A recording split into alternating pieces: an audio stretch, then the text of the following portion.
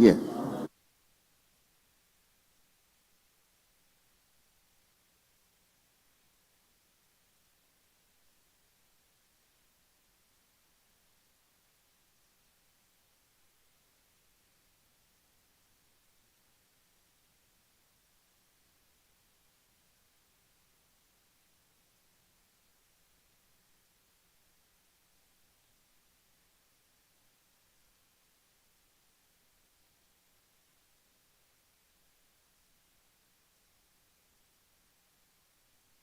I call the Senate to order. Mr. Clerk, please roll.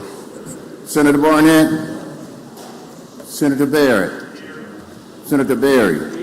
Senator Blackman. Senator Blackwell. Senator Blunt. Senator Boyd. Senator Brumfield. Senator Bryan.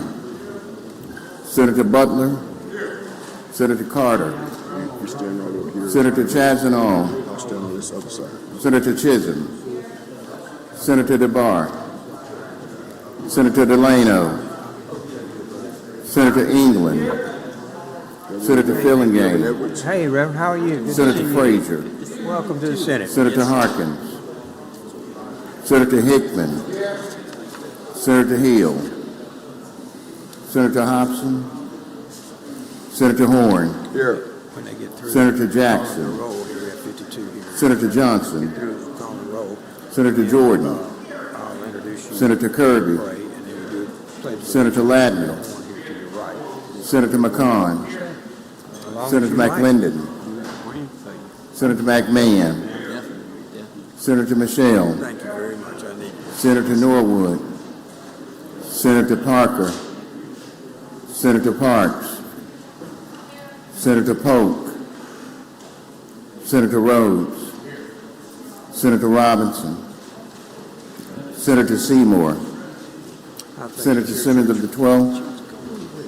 Senator Simmons of the 13th. Senator Sparks. Good. Senator Suber. That's good. Senator Tate. Senator Thomas. Yeah. Senator Thompson. You got plenty of jobs with yourself. Senator Turner Ford. Senator Whaley. Senator Wiggins. $10 an hour jobs either. Senator Williams. Plus your health insurance. And Senator Younger.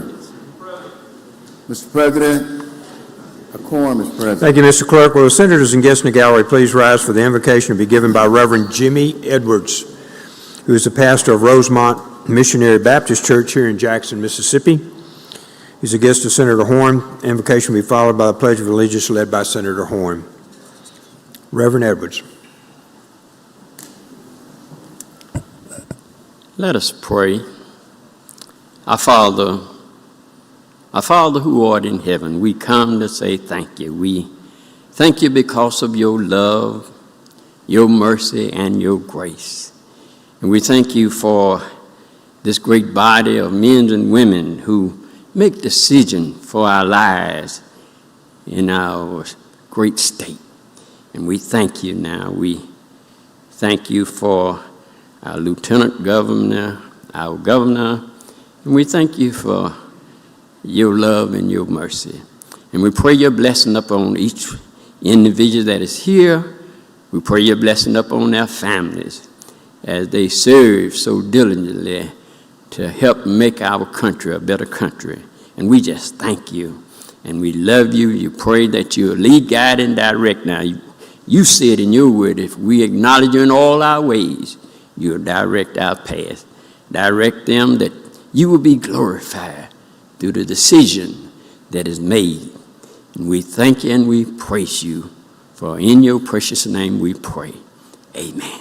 Amen. Please join me in reciting the Pledge of Allegiance. I pledge allegiance to the flag of the United States of America and to the republic for which it stands, one nation, under God, indivisible, with liberty and justice for all. Step over here by the flag and take a picture. With Senator Horn, I'm sorry. Watch this young man. Go. Thank you. Thank you, Reverend Edwards. Thank you, Senator Horn. Now the reading of the general record. I ask Senator Blackwell. Thank you, Mr. President. I move to dispense with the reading of the journal. Senator moves to dispense with the reading of the journal. All in favor signify by saying aye. Aye. Opposed, no. The ayes have it. Message and petitions, Mr. Clerk. Mr. President, there are none. Committee reports, Senator Blackwell, you're recognized. Thank you, Mr. President. I move we dispense with the reading of the committee reports. Senator moves to dispense with the reading of the committee reports. All in favor signify by saying aye. Aye. Opposed, no. The ayes have it. Next, the reading of the titles of bills and resolutions. I recognize Senator Blackwell. Thank you, Mr. President. I move we dispense with the reading of the titles of the bills and resolutions. Senator moves to dispense with the reading of the titles of bills and resolution. All in favor signify by saying aye. Aye. Opposed, no. The ayes have it. Now we'll go to introductions. Introduction, Senate. Senator Kirby.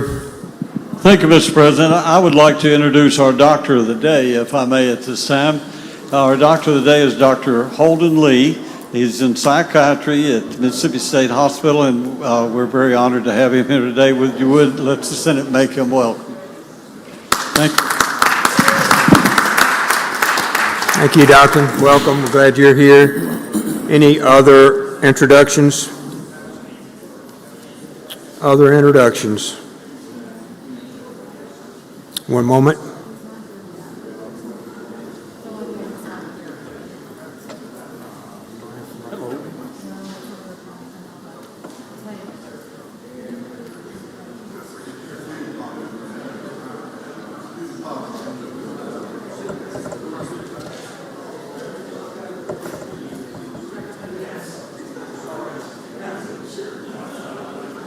Senator Tate, you're recognized.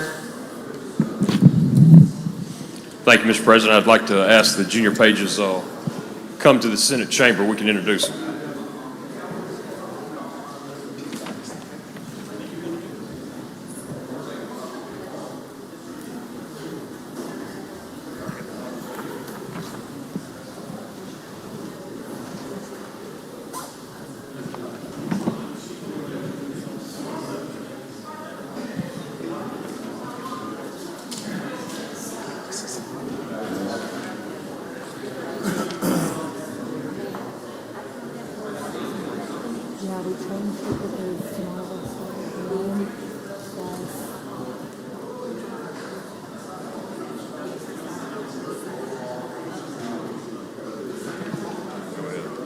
Thank you, Mr. President. I'd like to introduce the pages for the week. From Madison, Mississippi, we have Luke Rossonville, Mary Clayton Stewart, and Campbell Browning, all paging for Senator Michelle. Paging for Senator Joey Fillingane, we have Matt Curtis and Hudson Long. Paging for Senator Sarita Simmons, we have King Skervers, Michaela Washington, and Cameron Goins, all of Cleveland, Mississippi. Well, King is of Belzoni, sorry.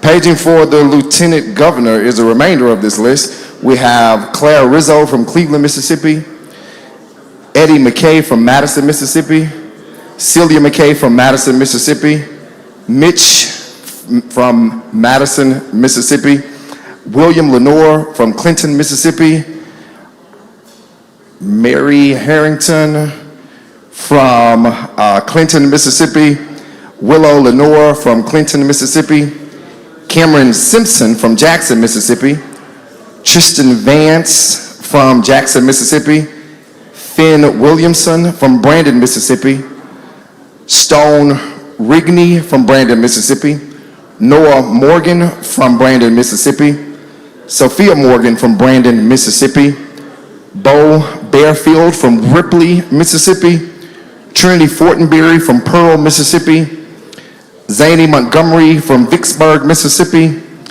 Anaya Mantry from Meridian, Mississippi, Sawyer Wooten from Hattiesburg, Mississippi, and Thomas Newell from Richton, Mississippi.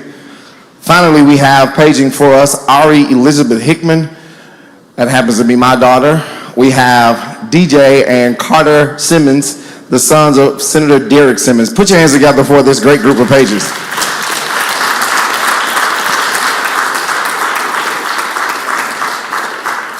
Thank you, Senator Hickman. Any other introductions? Seeing none, we'll go to the calendar. Senator Hobson, pass and retain.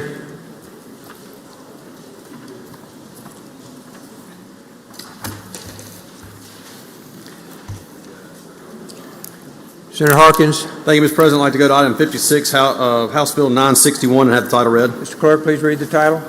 House Bill 961, income tax, codify and extend repealers on tax credit for certain charges for using certain port and airport facilities. Make the usual motion. Senator makes the usual motion. All in favor signify by saying aye. Aye. Opposed, no. The ayes have it. Ladies and gentlemen, this is the extending the repealer on the tax credits for certain charges using in certain port and airport facilities. It just extends the repealer to 2028. There is no reverse repealer in it, and that is the explanation of the bill. Be happy to yield for any questions. Questions on the bill? Seeing none, Senator. Move final passage on the afternoon roll call. Use of the afternoon roll call has been requested. Anyone object to procedure? Court is voting no. Present. Seeing none, Senator Harkins. Thank you, Mr. President. I'd like to go to item 57, House Bill 970, and have the title read. Clerk, please read the title. House Bill 970, sales tax, extend repeal on exemption of certain sales to Toughest Kids Foundation for Camp Kamasa in Copiah County. This extends the repealer on the Camp Kamasa sales tax exemption to 2028. That is the explanation of the bill. If there are no questions, I move final passage on the afternoon roll call. Need the usual motion first, sir. I'm sorry, make the usual motion. All in favor signify by saying aye. Aye. Opposed, no. The ayes have it. Now we're ready. If there are no questions, I move final passage on the afternoon roll call. Seeing none, use of the afternoon roll call has been requested. Anyone object? Court is voting no. Present.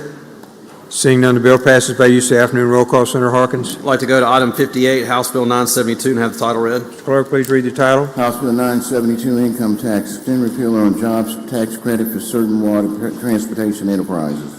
Make the usual motion. Senator makes the usual motion. All in favor signify by saying aye. Aye. Opposed, no. The ayes have it. Please proceed. Thank you, Mr. President.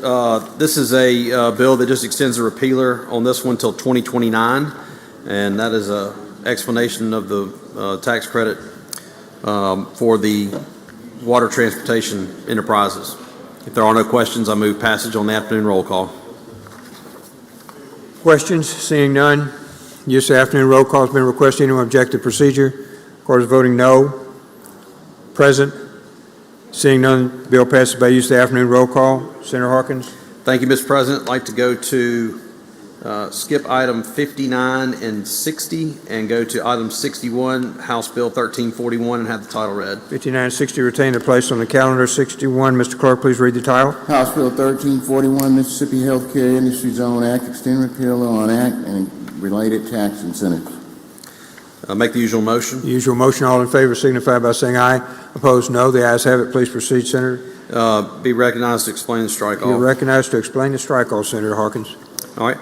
This just is the Senate language we put in the bill. It extends the repealer through 2026, 1 year, for us to take a look at the act and to see if there need to be tweaks made to it. This was a discussion we had in committee about how this was intended to really cluster around hospitals across the state, and it's been kind of morphed into something else. And so we're going to work with MDA and kind of see where the businesses have gone and see what maybe needed to be done next year on a bill for the Healthcare Industry Zone Act. So that is the explanation of the bill. I'll be happy to yield for any questions. If there aren't any, I'll move adoption of the strike off. Questions? Seeing none. Use of the afternoon. I'm sorry. Move adoption of So the strike off. You're correct, Senator.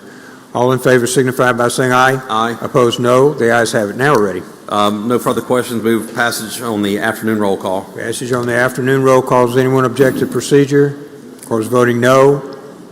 Present? No. Blunt. Anyone else? Anyone else?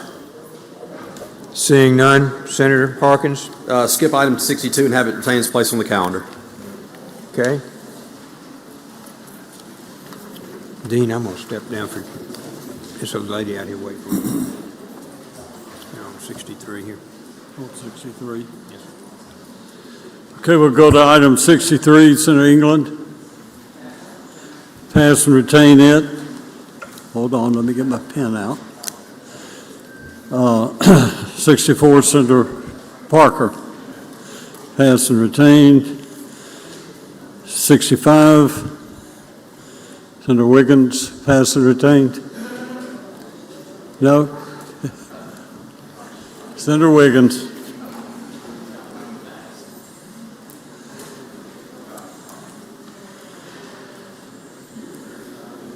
Go to item 65, call that up, ask the title be read. Please read the title. House Bill 1366, Judicial Office Allowance and Court Fees revised.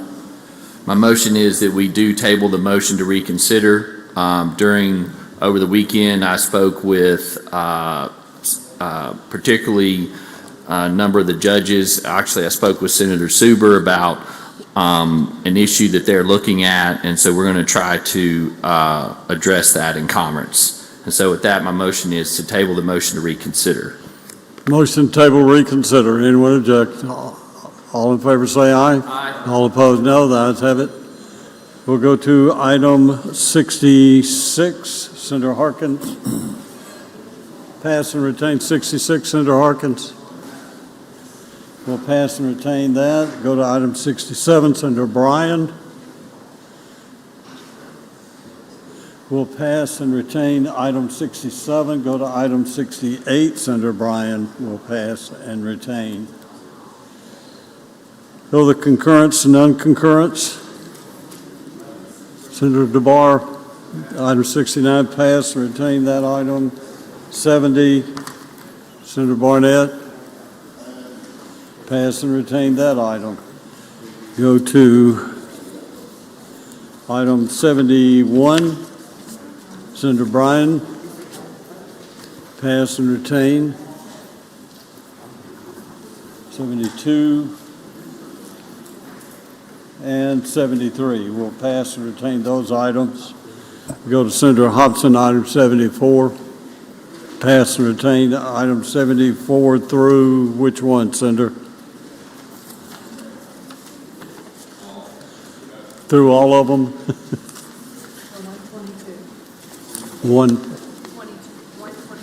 All the way through 122, Senator? We'll pass and retain those items. We'll go to item 123. Senator Sparks. Thank you, Mr. President. 122, if you will, I think Senator Hobson may have passed through 121. 121. Okay. We'll go to 122. My bad. That's Okay, we'll go through item 121 and passing item 122 is Senator Sparks. Senator Sparks. Would ask that item be called up. Please read the title. Senate Bill 2289, State Employee Telework Policies Amend. Would move that we not concur and invite conference.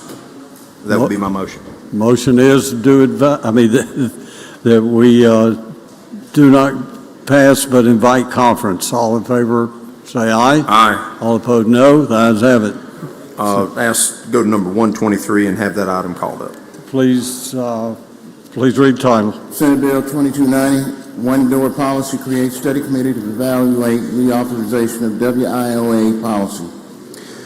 This is the same bill that we passed on our end. The only change was adding a member to this study committee from the Mississippi Department of Human Services. I did agree to that change. I didn't have a problem with that, so I would yield any questions if there are any, but my motion would be that we do concur. Are there any questions? Seeing no questions, the motion is do concur. All in favor say aye. Aye. We need to do that by the use of the afternoon roll. By the use of the afternoon roll call, my apologies. Yeah. So anyone object, anyone wish to be recorded as voting no? Seeing none, please record all present by the use of morning afternoon roll call as voting aye. You got me too, Senator. All right, thank you. We'll go to item 124, Senator Barnett. Pass and retain 124. 125, Senator Wiggins.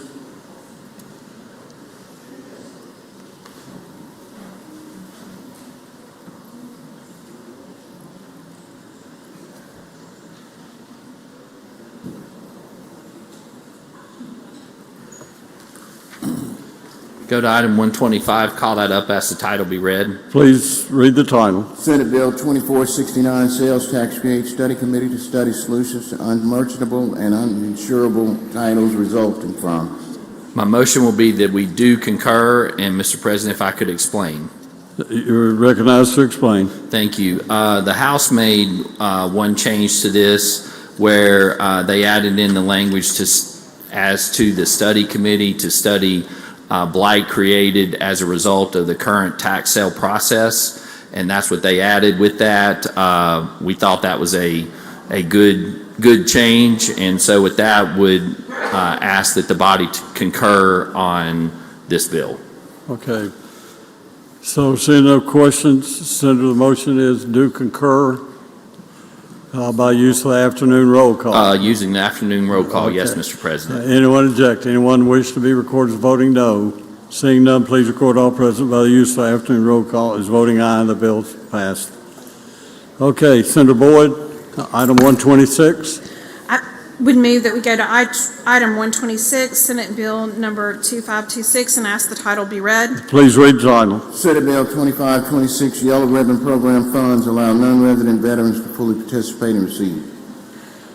Senator, you recognize. My motion is going to be that we do concur. The House made a small change in this piece of legislation, and just a technical change in that. And so I would ask that we concur by use of the morning roll call. Senator, seeing no questions, Senator suggests use the afternoon roll call for concurrence. No, I'm sorry. Anyone wish to be recorded as voting no? Seeing none, Senator, that is passed. Okay, Senator Bryan will pass and retain. Senator Younger, item 128 will pass and retain. Go to 129, Senator Blackwell, pass and retain. Senator 130, Senator Wiggins. Go to item 130, call that up, ask the title be read. Please read title. Senate Bill 2482, Mississippi Electronic Court System Revised Provision Related to Access. My motion is that we invite conference. Motion is, seeing no questions, motion is we do invite conference. All in favor say aye. Aye. All opposed no. The ayes have it. Conference is invited. Senator Fillingane, item 131. Thank you, Mr. President. I'd like to go to the item called up and have the title read, please. Please read the title. Senate Bill 2190, Driver's License, amend provisions related to. The motion would be that we do not concur but invite conference because there's a reverse repealer in it, so we need to take that out in conference. Seeing no questions, Senators move use the afternoon roll call to invite conference. Yes. Anyone object? Seeing none, please record all present with use more calls voting aye. We'll go to 132, Senator Hobson. Pass and retained, 132. Go to 133, Senator Suber. Thank you, Mr. President. I'd like to go to item 133 and have the title read. Please read the title. Senate Bill 2280, Mississippi Wild Turkey Stamp established. Senator. We're going to ask that we do concur and be allowed to explain. You recognize to explain. Basically, the only amendment the House made was just removing the reverse repealer. This is the turkey stamp bill. I hope this is the final time I'm up here before you. But this will create a $10 fee for residents and a $100 fee for non-residents that will have to be purchased if you're going to turkey hunt. The money is to be used for restoring, enhancing wild turkey habitat, scientific research, and I'll be happy to answer any questions. No questions, Senator. Ask for concurrence based off the afternoon roll call. Senator moves that we do concur based on use the afternoon roll call. Any questions? Anyone wish to be recorded as voting no? Senator Williams, Senator Tate, Senator Barrett, Senator Younger, Senator Blackwell, Senator Whaley, Senator Parker, Senator Berry, Senator Seymour. Am I going too fast? Senator Hobson as no. Senator England as no. Senator Frazier as no. Senator McMahon as no. Senator DeBar as no. Senator McClendon as no. Senator Broomfield is no. Present. Broomfield is present. Okay. Senator Simmons as no.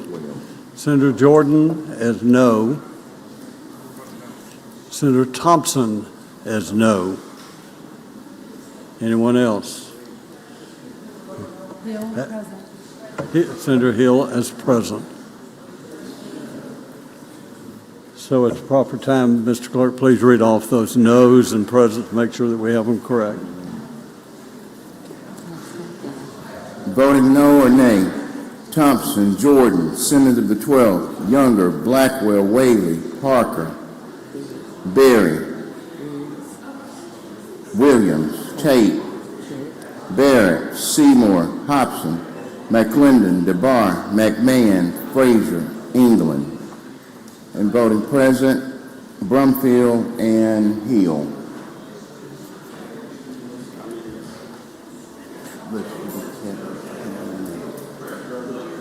Senator Horn is present.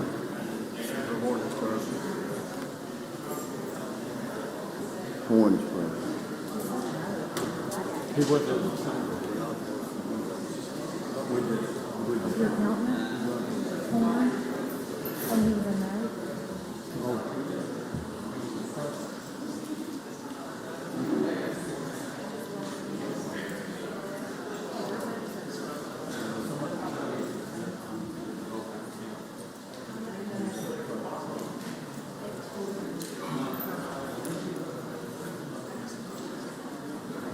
With a vote of 18 noes, I'm sorry, hold on.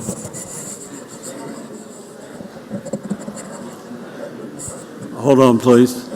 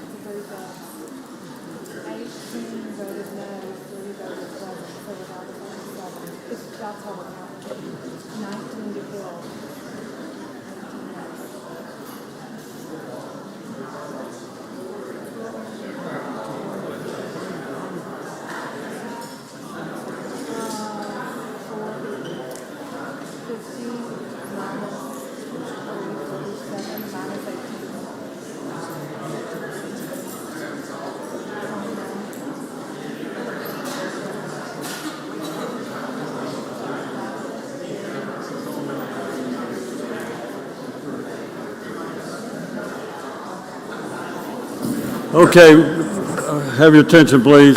With only 18 voting no, concurrence has been granted. All right, we'll go to the next item, item 134. Senator Wiggins. Mr. President, I ask that we skip item 134 and it retain its place on the calendar, and we go to item 135, call that up and ask the title be read. All right, we'll pass and retain item 134, call up item 135, Senate Bill number 2489. Please read the title. Senate Bill 2489, Appellate Court Expense Allowance, authorized receipt for judicial duties performed in any area of the state. My motion is that we invite conference, as it has a reverse repealer in it, and we go to conference to take that out. With that, my motion would be that we invite conference on the afternoon roll call, Mr. President. Senator suggested use the afternoon roll call. Oh, I'm sorry, you invited conference. I'm sorry, yes, yeah, invited okay. conference. Invited conference. Any questions? All in favor say aye. Aye. All opposed, no. Ayes have it. Conference invited. Thank you, Senator Wiggins. We go to item 136, Senator Hobson. Senator Hobson will pass and retain all the way through from 136 through 140. We'll go to item 141, Senator Harkins. Oh, wait a minute, we're 130, I'm sorry, we have 139 also before that. Hold on a second. Senator Bryan, do you wish to take up item 139? We'll pass and retain that item also. So we pass and retain all the way through 140. Now, Senator, 141, Senator Harkins. Thank you, Mr. President. I'd like to go to item 141, have the title read. Please read title. Senate Bill 2802, municipal and county fire funds, increase funds transferred to by DOR from the collection of certain taxes. Motion to decline to concur and invite conference. Motion is we do not concur but invite conference. All in favor say aye. Aye. All opposed, no. The ayes have it. Senator, conference is invited. Item 142, Senator Hobson. Pass and retain 142. Go Senator Harkins, 143. I'd like to go to item 143, Senate Bill 2854, and have the title read. Please read title. Senate Bill 2854, Tourism Project Incentive Program, renew, extend, and update investment requirements for hotel projects. My motion is we decline concurrence and invite conference. Seeing no question, the motion is do not concur but invite conference. All in favor say aye. Aye. All opposed, no. The ayes have it. Conference is invited. Go to item 144, Senator Wiggins. Go to item 144, call that up, ask the title be read. Please read the title. Senate Bill number 2866, Mississippi Domestic Violence Fatality Review Team Law and Act. My motion is that we invite conference. The House did a strike all, and right now the difference is between where the review board, which agency will oversee it. And with that, my motion is to invite conference. Seeing no questions, motion is do not concur but invite conference. All in favor say aye. Aye. All opposed, no. The ayes have it. Conference is invited. Thank you, Senator Wiggins. We'll now go to item 145. Senator Wiggins. Call that up, ask the title be read. Please read the title. Senate Bill 2899, Court Reporters, increase authorized salary for. My motion is going to be that we concur, and Mr. President, that be allowed to explain. You're recognized to explain. Thank you. This is the bill that we've been working on, and actually I think has been coming for a number of years with our court reporters. And what the House did, they added a couple lines which we think are fine, and that is that we had added in there about that court reporters could freelance, and but they, so long as they finished their work or didn't have anything over that they had to do with their supervising attorneys. And then what the House did was they said that travel expenses for freelance reporting activities nor other expenses to those activities could be reimbursed by any court reporter from the court or AOC or government entity. And they also said no government-owned equipment may be used while they are freelancing. And actually that, we think that that's fine, because the whole purpose of the freelancing is to allow them to do more work, but that will be on their private time and not with government equipment or under government time on that. And so with that, Mr. President, I'd be happy to answer any questions. And if no questions, my motion would be that we concur using the morning roll call. All right, seeing no questions, the Senator suggested that we do concur by use of the afternoon roll call. Oh, we do have one. Nope, no questions. Oh, Senator Sparks. Thank you, Mr. President. Do you yield? Do you yield? Yes. Senator Sparks. Thank you, Mr. Chairman. And you may have said this, and I apologize if I missed it, but are we making sure we're in a position where if anybody's freelancing, they're using state equipment, that's not going to become an issue, or are we going to make sure there's policies in place? Yeah, that's what the House put the language into it, where they said no government equipment may be used while engaging in freelancing reporting activities. Okay. That takes care of that. All right. And then the other thing is that still up to the judge, I'm assuming, who hires someone, what the hours or work schedule would be for their court reporter?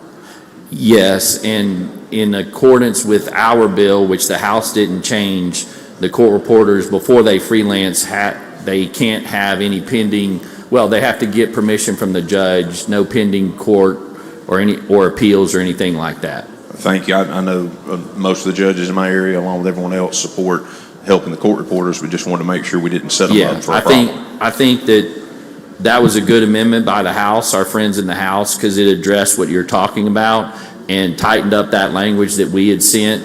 But we do want the court reporters to be allowed to freelance to help supplement and also increase them, court reporters coming into the profession to allow them to do that. Thank you. Okay, see no further questions. The senator suggests that we concur by use of the afternoon roll call. That's correct, Mr. President. Okay. Anyone object? Anyone wish to be recorded as voting no? Seeing none, please record all present by use of the afternoon roll call as voting aye. We'll go to Senator Hobson, 146, pass, and 147, Senator. Okay, now in conference general bills, we'll go to item 148. 148, Senator Barnett. Senator Barnett, pass and retain. 149, Ports and Marines, pass and retain. Okay. Well, 150, Judd A. Judd A, pass and retain. Senator Wiggins, pass and retain that item. 151, also Judd A, will pass and retain that one as well. Now we'll go to the general calendar, and Senator Parker, item 152. Thank you, Mr. President. I'd like to go to item 152, Senate Bill 1194, and have title read. Please read the title. House Bill 1194, Water Authority, authorized conversion or for nonprofit entity form solely to comply with federal or state order to. Usual motion. The senator makes the usual motion. All in favor say aye. Aye. All opposed no. The ayes have it. Senator Parker. Thank you, Mr. President. This is the House companion bill to Senate Bill 2575 that we passed, I believe, unanimously on the Senate floor. If you recall, I mentioned the issue with the deficit each month in receipts that are coming into Jackson Water and the money that is going out. This inserts language that includes the words "and for-profit entities formed solely for the purpose of complying with a federal or state order," to try to fix this problem and move this forward.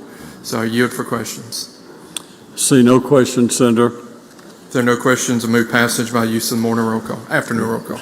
Thank you, Senator. The senator suggests you use the afternoon roll call for final passage. Any senator object? Any senator wish to be recorded as voting no? Seeing none, please record all present. Use the afternoon roll call as voting aye. And we'll go to item 153. Senator Parker. Pass and retain. We'll pass and retain 153. We'll go to item 154. Senator DeBar. Pass and retain. 155. Senator Chazanal. Senator Chazanal, pass and retain.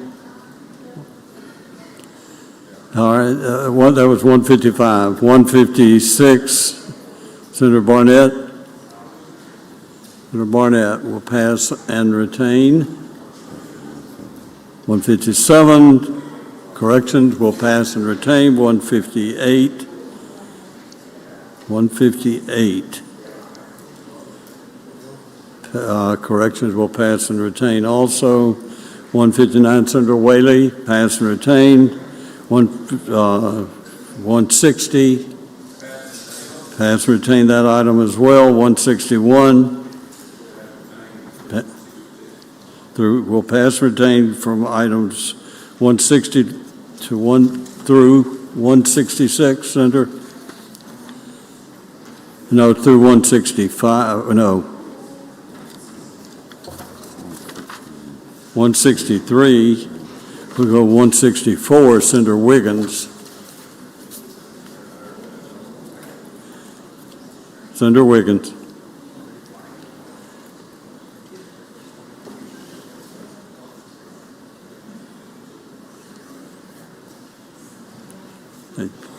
Go to item 164, call that up, ask the title be read. Please read the title. House Bill 1451, Clerks in Youth Court reprove prohibition against receiving compensation for attending youth court. Make the usual motion. Senator makes the usual motion. All those in favor say aye. Aye. All opposed, no. The ayes have it. Senator Wiggins. Thank you, Mr. President. This is a simple bill from Judiciary A Chairman, and on line 15 states that compensation, it removes the prohibition against clerks receiving compensation when they attend youth court matters. Right now, there is that prohibition, and in some places, they're doing multiple jobs, and so we want to eliminate that prohibition. With that, I'd be happy to answer any questions. Okay, I see no questions, Senator. Motion? Move passage on the afternoon roll call, Mr. President. The senator suggests the use of afternoon roll call, final passage. Anyone object? Any senator wish to be recorded as voting no? Seeing none, please record all present with the use of afternoon roll call as voting aye. Will Senator Blunt, 165, will pass and retain. Senator Williams, 166, pass and retain it as well. Senator Boyd, no, 160 will pass us. I'm sorry, go ahead.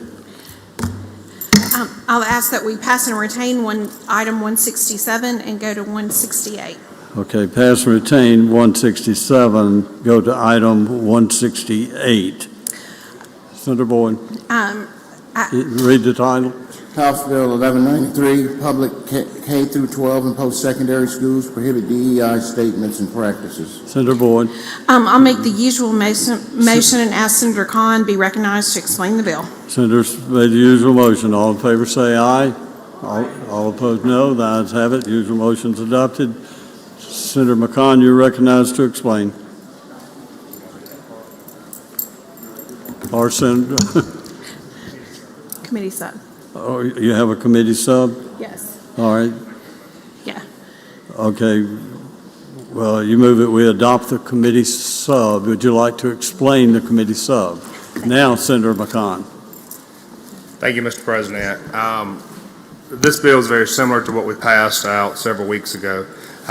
This is the House version of the DEI bill, and I'm going to go through it just like I did the last time. We're going to start with Section 2 and go through it one by one. Just like the last one, the purpose statement is very similar to what it was. The only addition on this one is that it does add public schools. Purpose is to prohibit institutions of higher learning, community colleges, and public schools from taking certain actions and engaging in discriminatory practices. This bill does take out the refocused task force that we had in there. There's discussions going on in conference on that. If this makes to conference, which we hope it does. The act is to ensure the employment, academic opportunities, and student engagement are based solely on individual merit qualifications and academic performance without consideration of an individual's views on diversity, equity, and inclusion. Section 3 rolls into your definitions. Just as before, diversity, equity, and inclusion includes any effort to select or influence composition of faculty or student body by favoring applicants based on race, sex, color, or ethnicity. Number 2, any effort to promote differential treatment or provide special benefits to individuals in employment or admissions based on race, color, and ethnicity. And number 3, here, any effort to promote, promulgate policies, procedures designed or implemented to favor individuals with reference to race, color, or ethnicity, except as otherwise permitted by federal or state law. Number 4, any effort to require trainings, programming, or activities designed or implemented to change participants' beliefs with reference to race, color, ethnicity, gender identity, or sexual orientation. And 5, any effort to promote as the official position of the administration, the college, university, or other administrative unit thereof, a position that one race, sex, color, ethnicity, gender identity, or sexual orientation is inherently superior to another. Any individual by virtue of his race, sex, color, ethnicity, gender identity, or sexual orientation is inherently oppressive to others. An individual should be discriminated against or treated adversely solely because of his race, sex, color, ethnicity, gender identification, or sexual orientation. Number 4, an individual by virtue of his or her race, sex, color, ethnicity, gender identity, or sexual orientation bears responsibility for actions committed in the past by like individuals. And 5, requires adherence to social construction or malleability of sex and gender, gender-neutral pronouns, deconstruction of heteronormativity, and sexual privilege. B goes into the definition diversity, equity, inclusion offices. Means an office, division, or other unit or an institution of higher learning, public school, or community college for the purpose of promoting hiring decisions or employment practices that favor individuals based on race, color, sex, ethnicity, gender identification, or sexual orientation, other than those through colorblind or sex-neutral hiring practices, promoting differential treatment, special benefits in admission or hiring based upon race, sex, color, ethnicity, gender identity, or sexual orientation. 3, promoting policies or procedures designed to favor individuals based upon race, sex, color, etc. Conducting trainings or programs designed to favor individuals based upon one of those, with the exception being programs developed by an attorney approved by the institution's general counsel for the sole purpose of complying with state or federal law. C defines institutions of higher learning, and the community college are defined in D. And E defines public school, an early education, elementary or secondary school, government entity under the exercise and management of a local school governing board established to supervise one or more public schools within its geographical limits pursuant to state statutes. This does include agricultural high schools, Mississippi School for the Arts, MSMS, public charter schools, and the Mississippi School for the Math for the Deaf and Blind. F, the board means the Board of Trustees for the state institutions of higher learning, Mississippi Community College Board, the Mississippi Board of Education, and the Mississippi Charter School Board, are all of them. So the Board of Trustees for IHL, moving to the next section there, Community College Board, Board of Education, or the Charter School Board shall ensure that each unit of the institutions, colleges, and public schools does not expend any funds derived from government appropriations, deposits, donations, endowments, fees, grants, gifts, income, receipts, tuition, or other source, except as provided by federal law, to establish and maintain a DEI office, hire or assign an employee to perform DEI duties, compel any person to give a DEI statement or give preferential consideration to any person based upon a DEI statement, give preference on base of race, sex, etc. to an applicant for employment when awarding a contract, require as a condition of enrollment any person to participate in DEI trainings which include a training or activity designed or implemented in reference to race, color, etc., and does not include written approval from one of the boards, IHL, Community College Board, Board of Education, or the Charter School Board, or that penalizes or discriminates against a student or contractor on the basis of their refusal to support one of these DEI attributes here. So once that goes into place, IHL, Community College Board, Board of Education, and the Charter School Board have 120 days to adopt a complaint process, investigative procedures, and any other policies, procedures, and penalties for investigating and disciplining an employee or contract with the institution engaged in violation of this conduct. The process begins with a notification to the board. The board then investigates and provides its decision back. If the complainant is aggrieved, that complainant then shall contact the Attorney General's office for further review and action. The question on that is standing. We've included public schools in this one. An individual who is under the age of 18 may be represented by his or her parent. Once they're over 18, they have standing to be the one who makes the complaint. And then we've got where these boards will report annually for all incidences. Nothing in this shall prohibit the institution from self-certifying on that report, and exceptions to the bill, of course, include veterans and military, students with disabilities, students under a CPS order, scholarly research, creative work, activities of student organization, policy programs, and activities to enhance student academic achievement, data collection, programs for campus activities, certifications that are to be in compliance with state and federal law. Nothing prohibits the institution from following state and federal law, pathological approaches, and to affirm fidelity to and provide an oath to uphold the Constitution of the laws of the state of Mississippi and the United States. And then you go into Section 4, you've got a spot on gifts and donations. There's a provision in the very end of it that allows for the institution to omit certain provisions if they are in violation of state and federal law.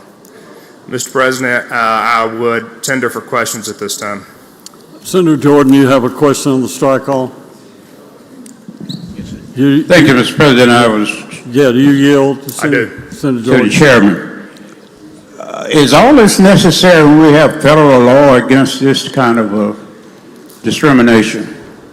Well, I would ask the same question as we've got an administration right now that's having to come into play to start attacking some of these that are in place. So the question here is, why did we have to take forward the chairman and our committee to provide a little bit of pressure to start getting these out of our institutions of higher learning in Mississippi? I do believe this is necessary, Mr. Chairman. I believe this is something that we need to do, and we need to be providing the guidance for our schools and our state to do this. The question, I'm surprised that there's evidence that discrimination is trying to supersede or going against federal law, which is federal law now. There is a suggestion out there, Mr. Chairman, that there is some discrimination going on. If you'll read some of the executive orders, it says to get that discrimination out of the school system. So this will prohibit the state law from superseding or trying to supersede federal law. No, sir, this is actually to back up the federal law as place, that this has continued to seep into our system, and we're trying to stop that. Well, I didn't think this was necessary. I just wanted clarification on it because I knew it was still federal law, and it doesn't make sense for Mississippi to try to supersede federal law on either of the public schools or any of the other charter schools or whatever there may be. And I admire you for doing this, but it should be necessary to do it. Mr. Chairman, I agree with you. It should not be necessary for us to have this discussion on the floor today. I agree with you 100%. Thank you for the amendments. Yes, sir. Senator Norwood, for what purpose? Question, Mr. President. You yield, Senator Norwood. I do. Senator Norwood. Thank you, Mr. President. Thanks, Senator McConnell. Senator McConnell, do you have any idea the impact that this law upon passage would have on the state education system, the K-12 as well as community college and IHL?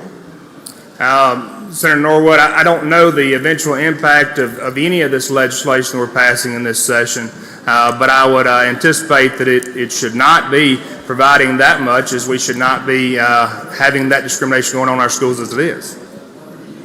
Are you familiar with the Ayers case? I am familiar with the Ayers case.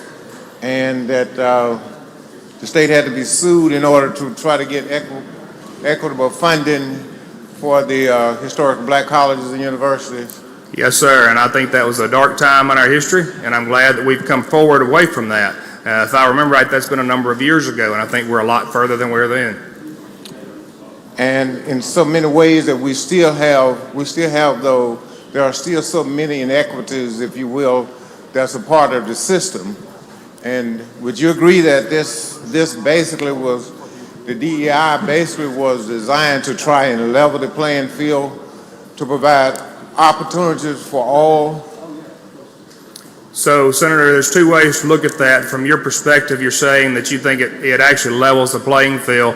The problem is what happens when our playing field and all of our players on the field are equal.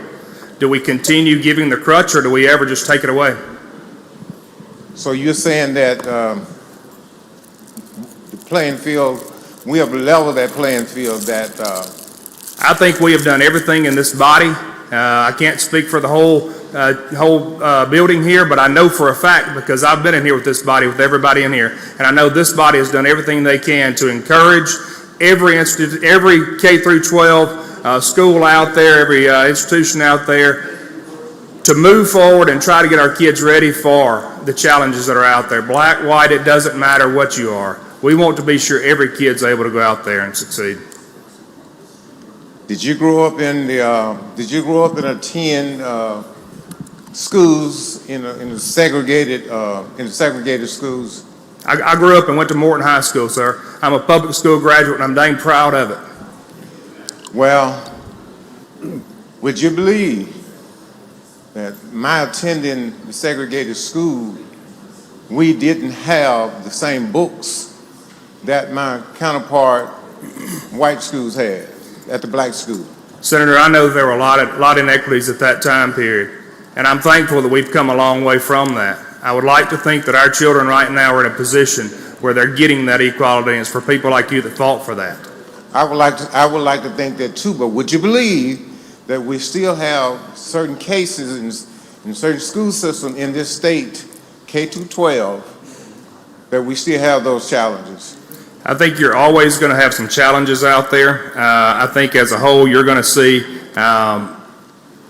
you're always going to see a bad apple out there, Senator, and that's a problem. I think that we've come a long way in trying our best to get our tax dollars for our people in the right places to make sure those kids do have the equal opportunities out there. So are you telling me now the remedial, if you will, education that's provided at some of our predominantly white institutions is would no longer be available for brown and black? No, sir, I did not say that at all. I think remedial education goes across the board. When I go into a remedial class, if you remember right, I have boxes in my district that are primarily Hispanic, and I go in there and I know remedial efforts are out there because they are English as a second language student out there, and that remedial, it doesn't matter if they're talking in Spanish or they can't read in the level that they're on. It doesn't matter what color they are, they're doing what they can to make sure they get the right way.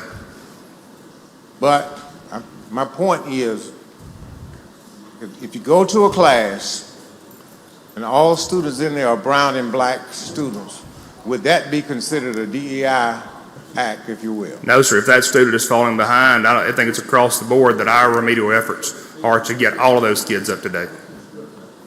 Will this outlaw black, African-American sororities and fraternities? No, sir. That's a student organization. It's a specific exception on the end. Would this outlaw or prohibit African-American studies on campuses? No, sir. I don't believe that's going to outlaw or prohibit African-American study, Hispanic-American study, Asian-American studies. I think that all comes into the eventual melting pot of what is the United States of America. Would this outlaw any African-American or race-specific organization on campus? If it is a student organization properly registered, it's not going to prohibit that, sir.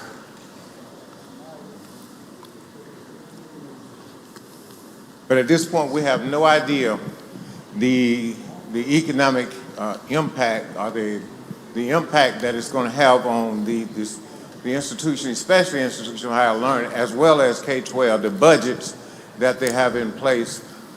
And I guess, Mr. Chairman, what there's no, from my understanding, there's no one set. I read the article from Dr. Keenan the other day. I talked to my president at Jackson State University. They have totally different interpretations of what the enforcement this is. Now, I think here in the legislation it said that coming from the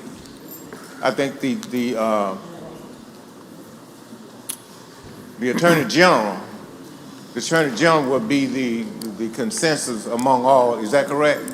So in this legislation right here, and I want to come back to what you're talking about there in just a moment, but I want to answer your question. Right now, what we're looking at is 120 days, there's going to be a complaint process set up. And if the complainant is not happy with the investigation from that school board, or not that school board, that Board of Education, the Institutions of Higher Learning Board of Trustees, Community College Board, or the Charter School Board, they're first to do the investigation and make efforts to fix whatever is out there if they find something. The complainant then can make a complaint to the Attorney General's office for a final investigation. That's how it is set up right now. So I'm saying but there's no consensus. The rules, what DEI mean at one institution may mean something totally different based on the rules that the institution would promulgate. So, and I appreciate you doing that because you brought up something that I want to be very clear on. My name is not Donald J. Trump. My name is not Elon Musk, and I'm not Wadoji. I'm not out here sending out letters saying, go do this and do that. I mean, they've got a lot of executive orders, and I want you to understand and be clear that we're not talking about what the federal government's doing right here. What we're doing is doing what we can on a state level to provide the guidance to those institutions so they are not out there fearing what they can and can't do on their campuses.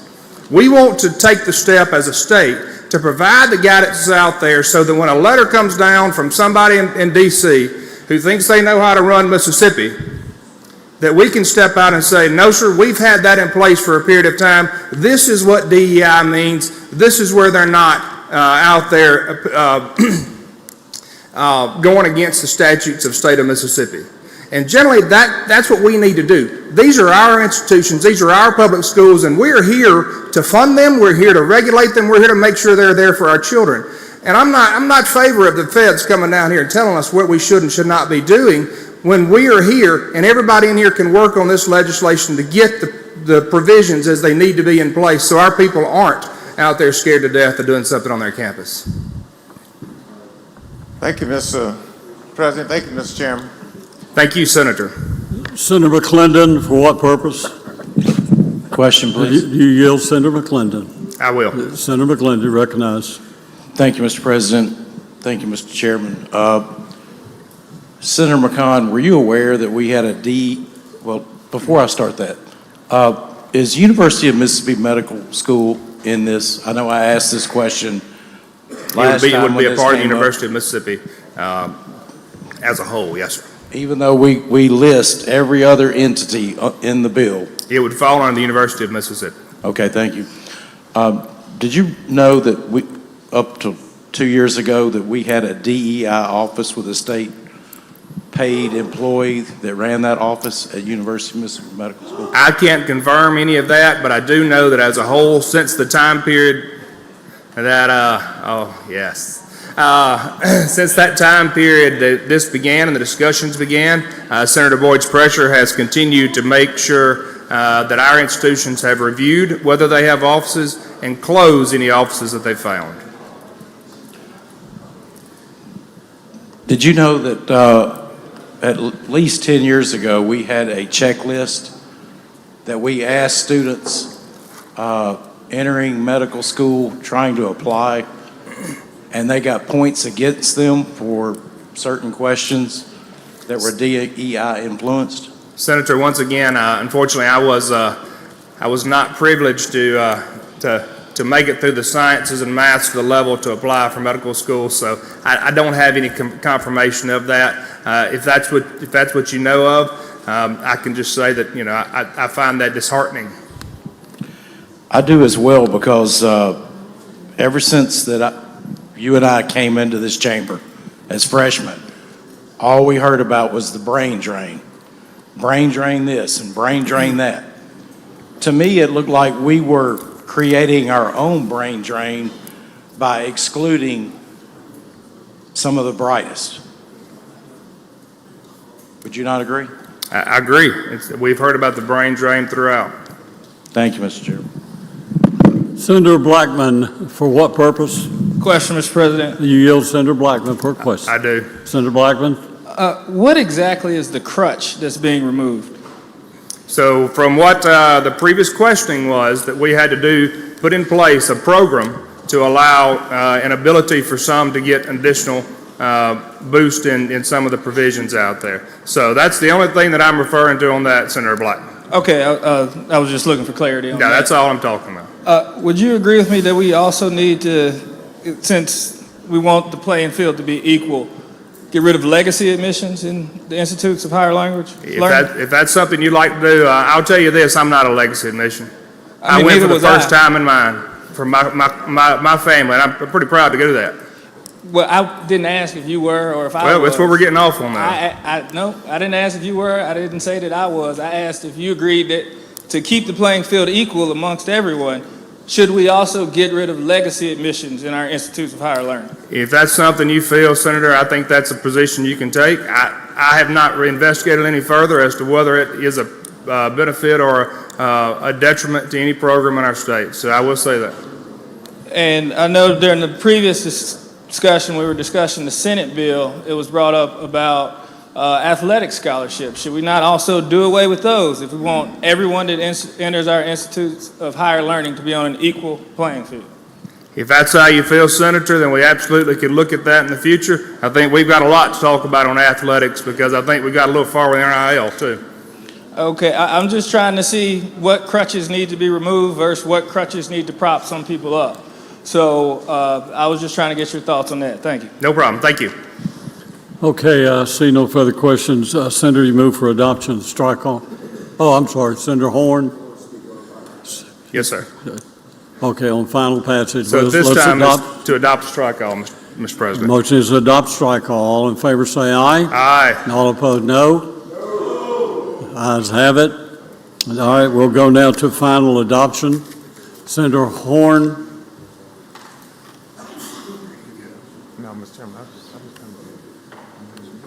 You're recognized to speak, sir. Thank you, Mr. President. I rise to speak in opposition to this bill.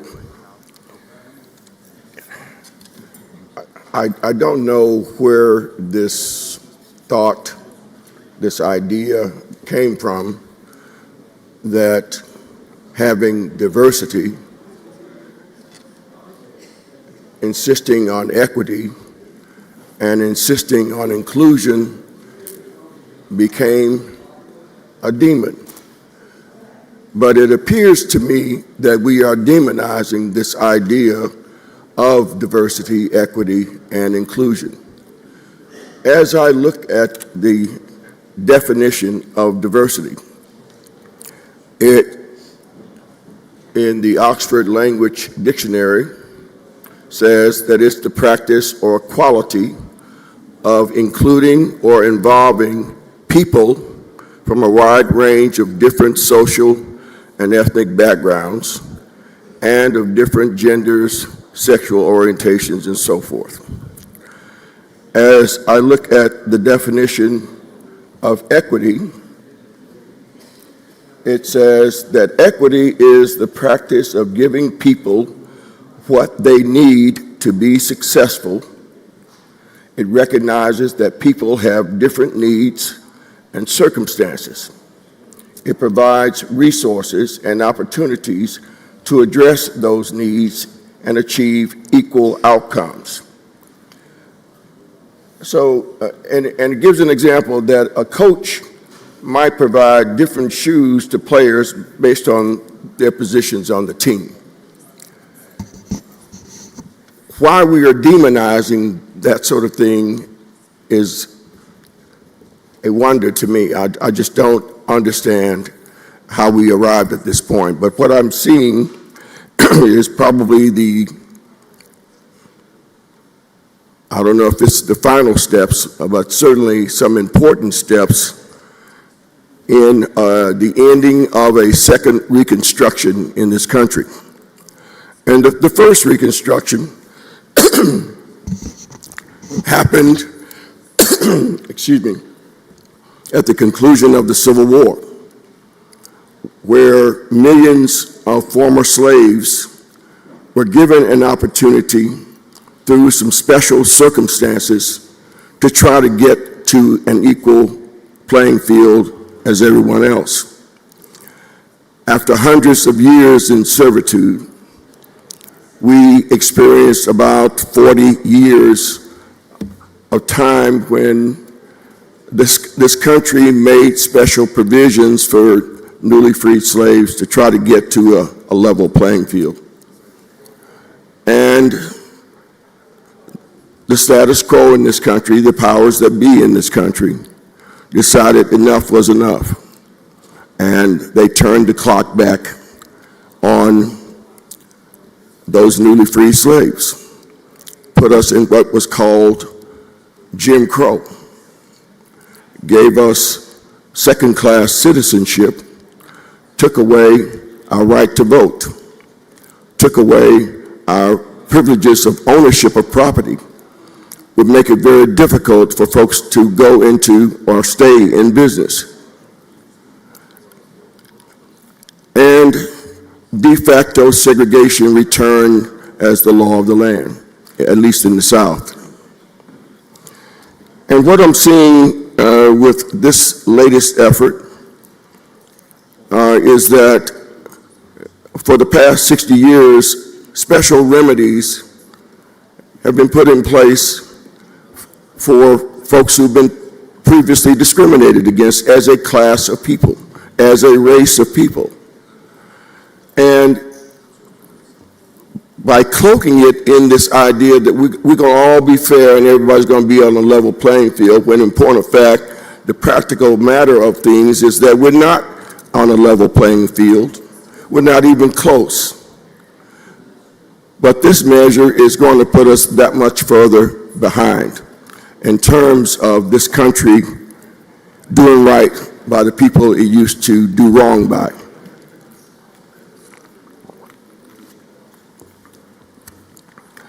Remedies have been put in place for a reason, ladies and gentlemen.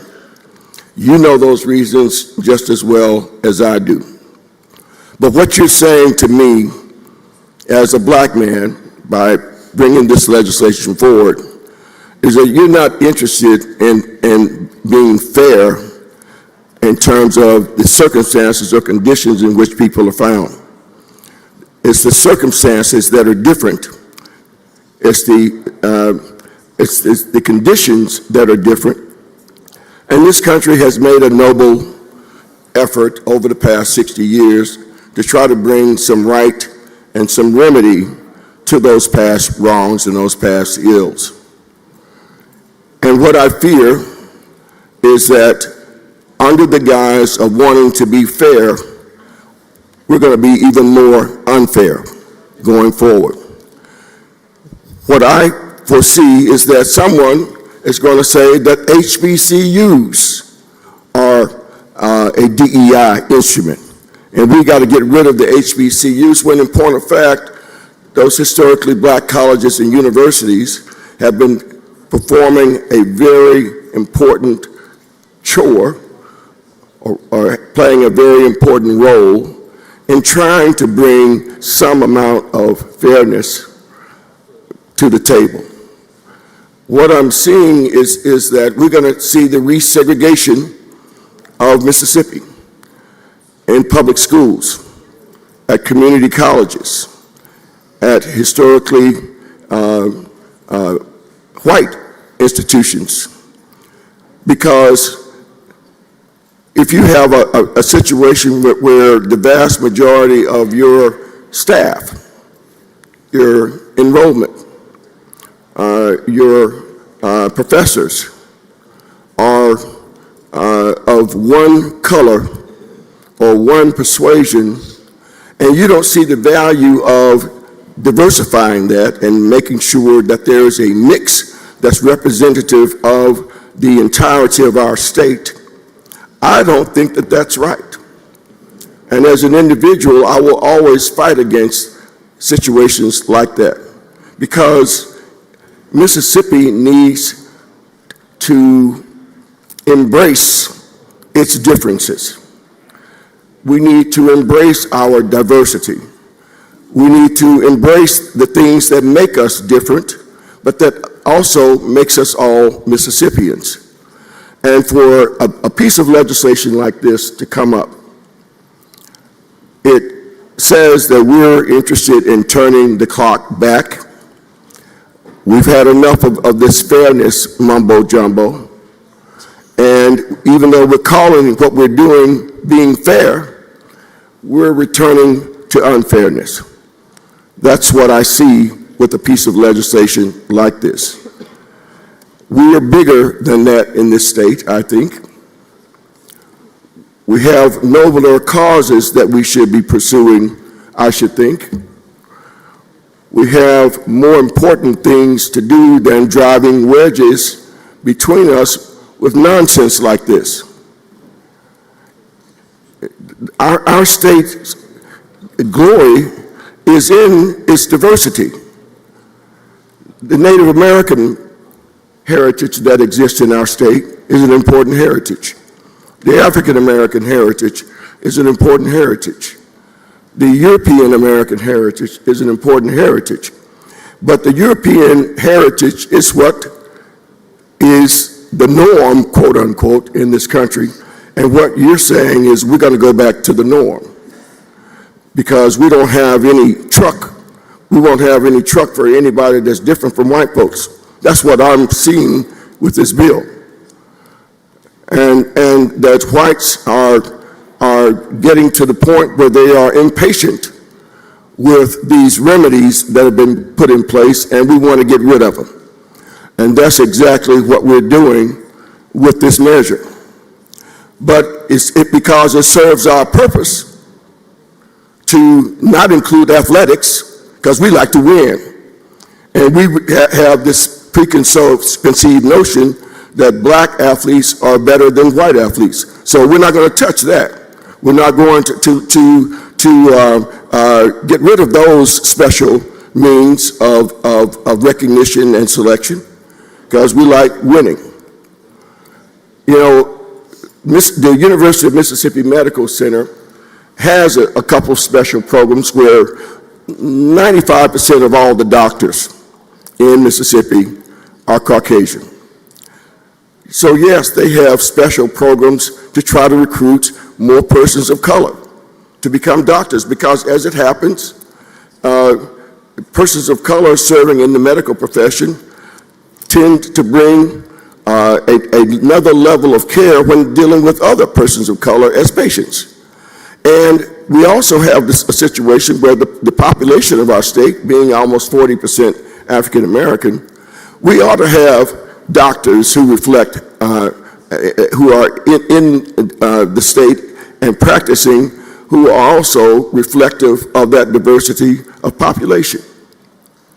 We ought to have teachers at universities and colleges where there is a value. We understand that there's a value to be had by including professors who are of a diverse background. We ought to be able to do the same thing in community colleges as well as our K-12 system. But what I'm seeing is that this is going to go beyond being fair and return to a lot of unfairness. And I thought that Mississippi was beyond that. But I'm finding out when I see bills like this, the thing we passed a couple of years ago concerning education and what constitutes education. It's all going in the direction that this is what white people want. We don't want this kind of diversity. We don't want to be in the practice of including people and involving people from a range of different social and ethnic backgrounds. We don't want any longer to deal with the idea of finding a person where he or she is and helping to bring them along on the basis of what their needs are to get to a level playing field. And I thought Mississippi was bigger and better than that. Thank you, Mr. President.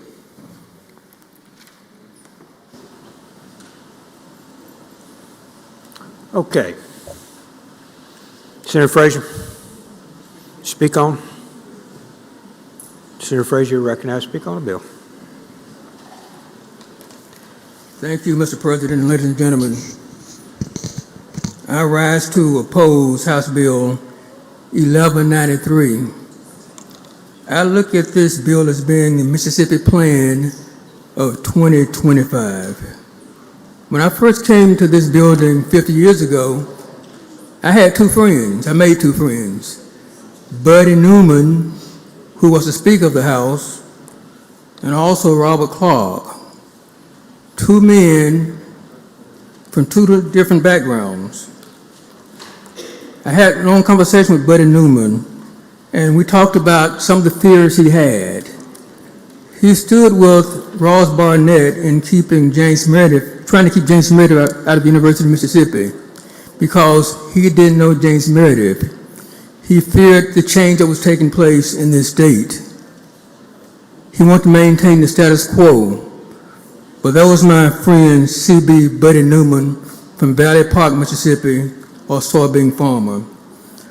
My other friend was Robert Clark, who finally made it to the legislature in 1968.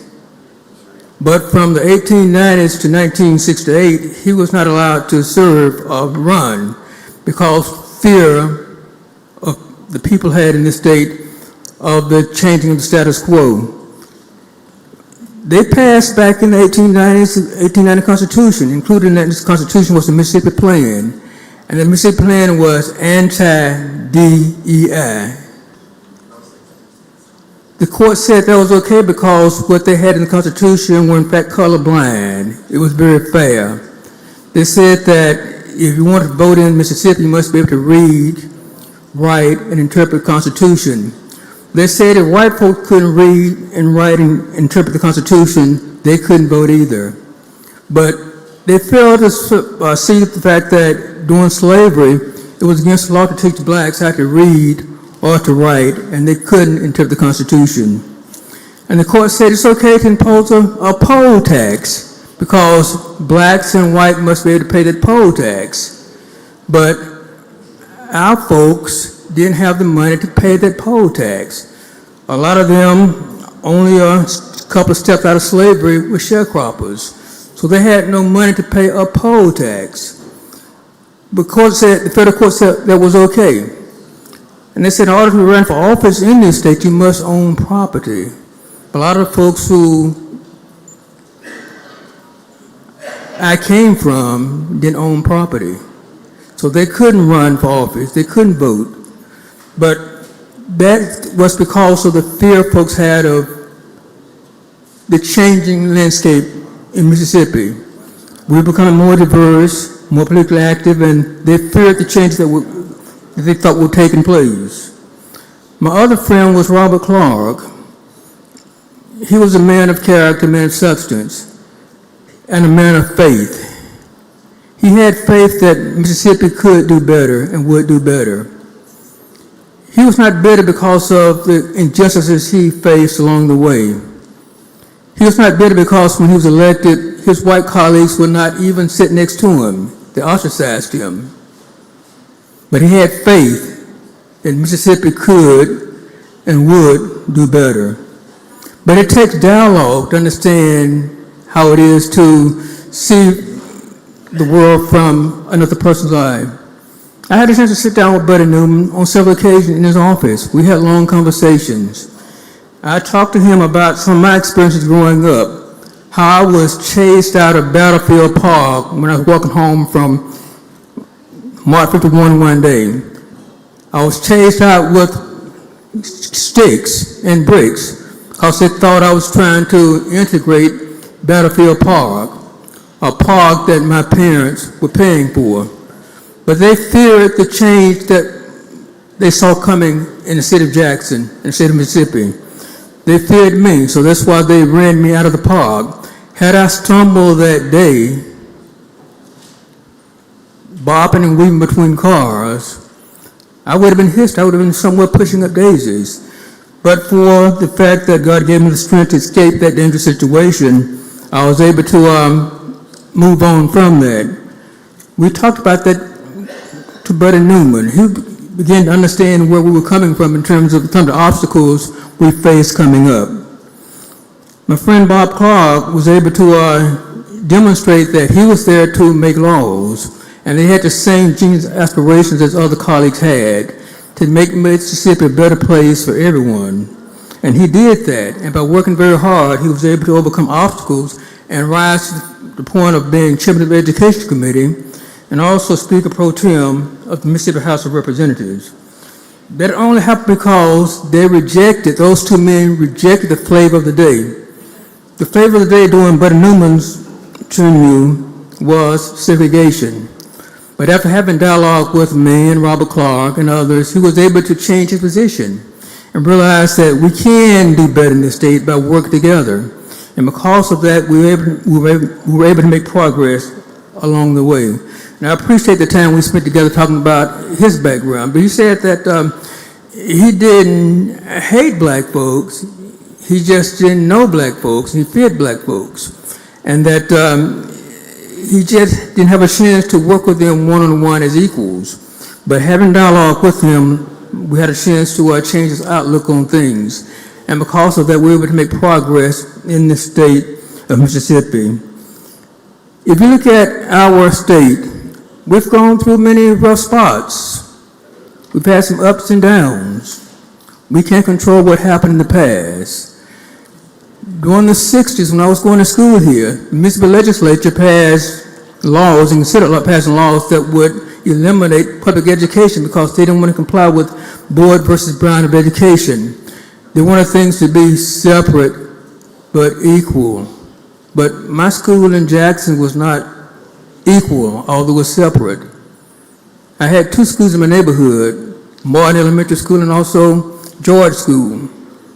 George School was well equipped, good books, but my school, Martin School, had secondhand books, but we rose above that because our teachers told us that things would get better in our state.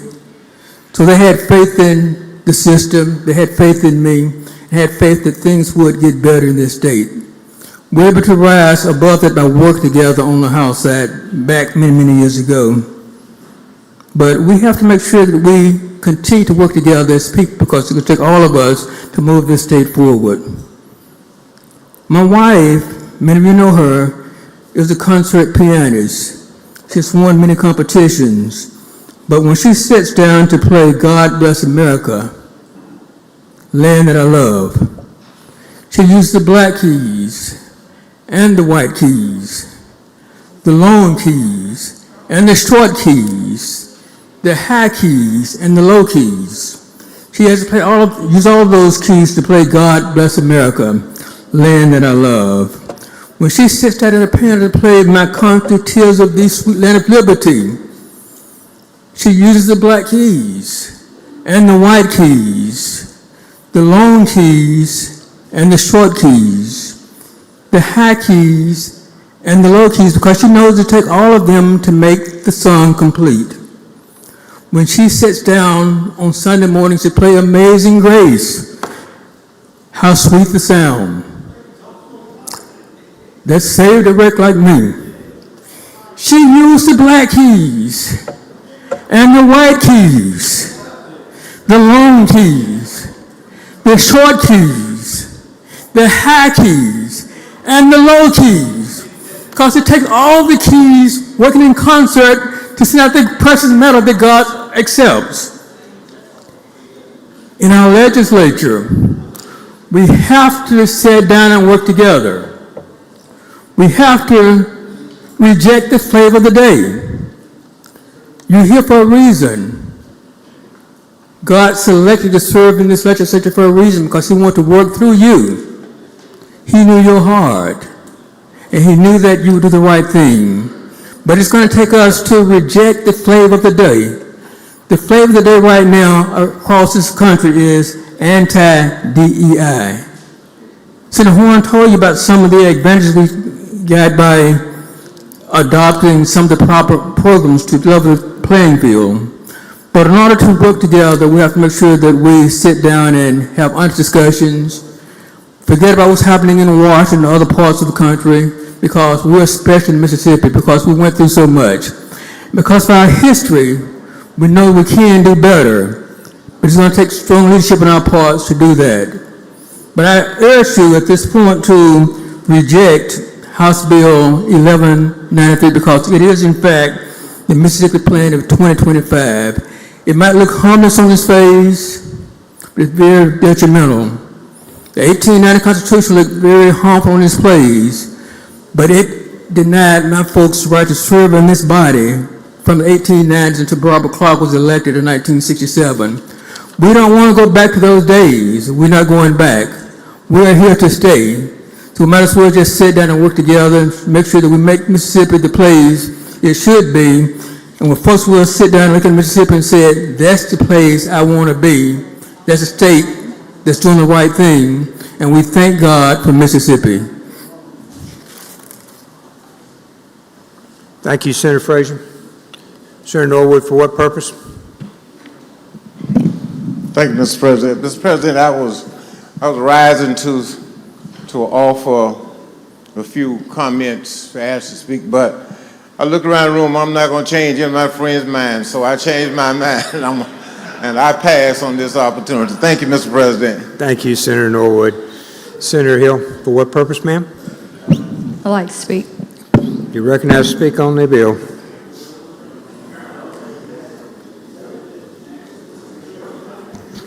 I'll be very brief.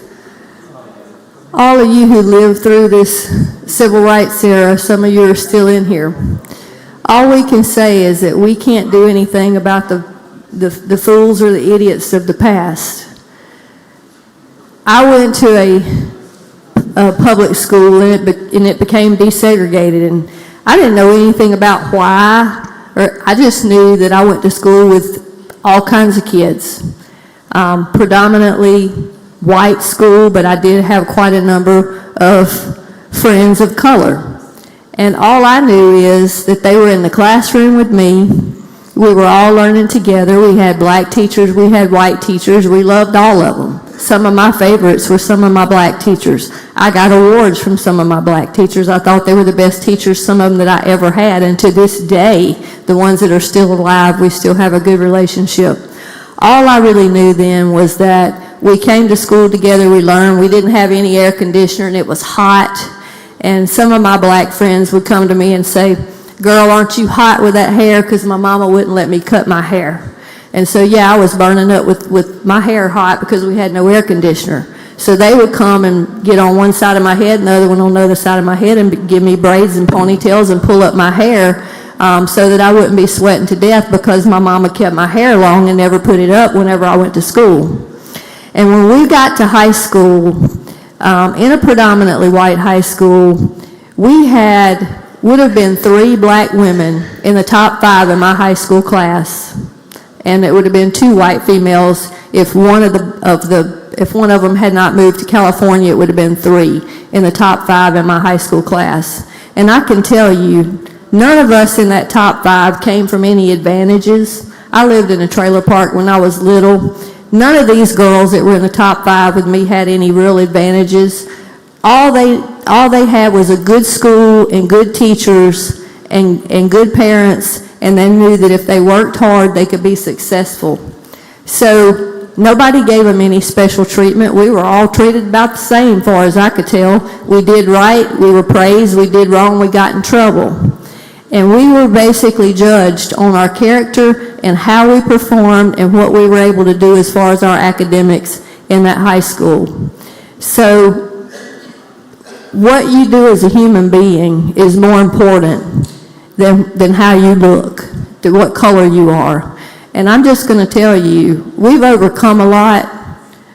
Some of you may not think we've overcome as much, but I'm just going to tell you the proudest thing in my high school experience was the fact that I had friends of all races in the top 5 in my high school class that went to colleges and became very successful without any kind of DEI, because all our teachers knew to do was treat us like human beings and give us the best opportunity possible. And I think that's the best way to move on in the future. And that's what I hope we can do, and that's why I support this bill. I think people are plenty smart enough to do what we need to do based on their character without us having to nitpick what they look like. And I don't care what color my doctor is. If my doctor's qualified, I don't care what color my plane pilot is, if he's qualified.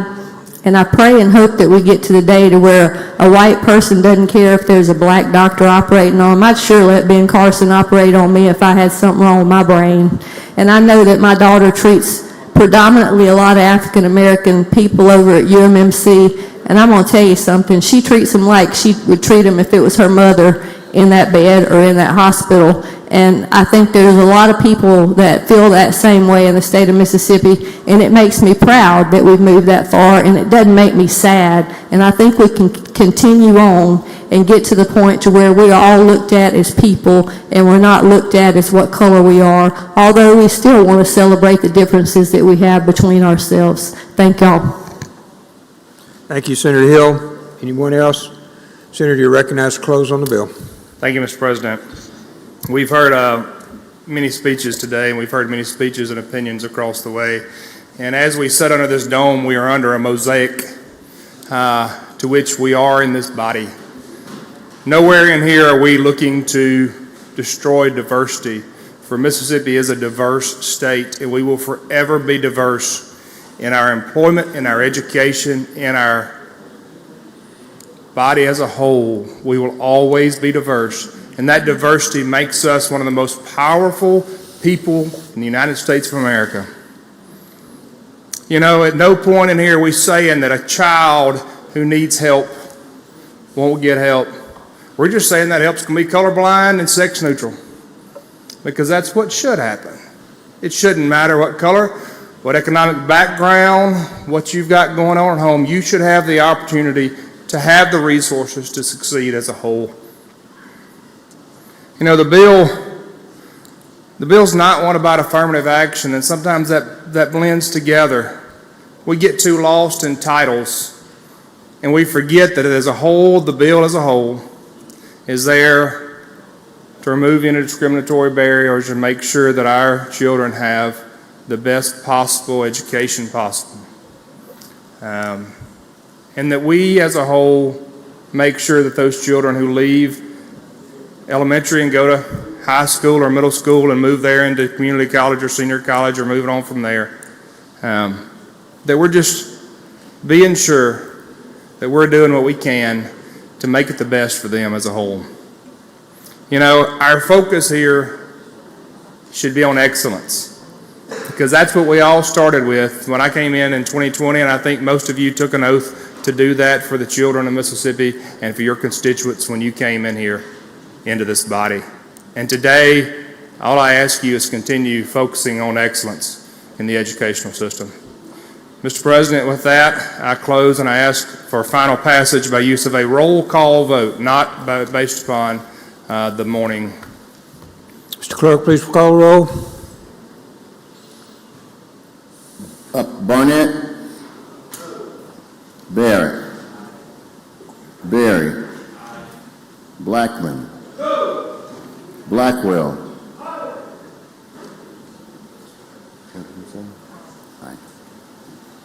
Blunt. Boyd. Brumfield. Bryan. Butler. Carter. Chasnow. Chisholm. DeBar. Delano. England. Burlingame. Frazier. Harkins. Hickman. Hill. Hobson. Horn. Jackson. Johnson. Jordan. Kirby. Ladner. McCon. McClendon. McMahon. Michelle. Norwood. Parker. Parks. Polk. Rhodes. Robinson. Seymour. Simmons of the 12th. Simmons of the 13th. Sparks. Suber. Tate. Thomas. Thompson. Turner Ford. Whaley. Wiggins. Williams.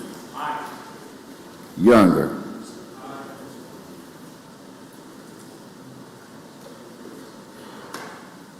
Bryan.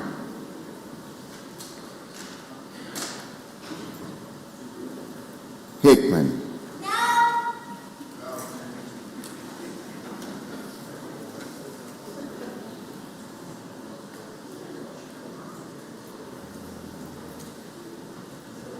Suber.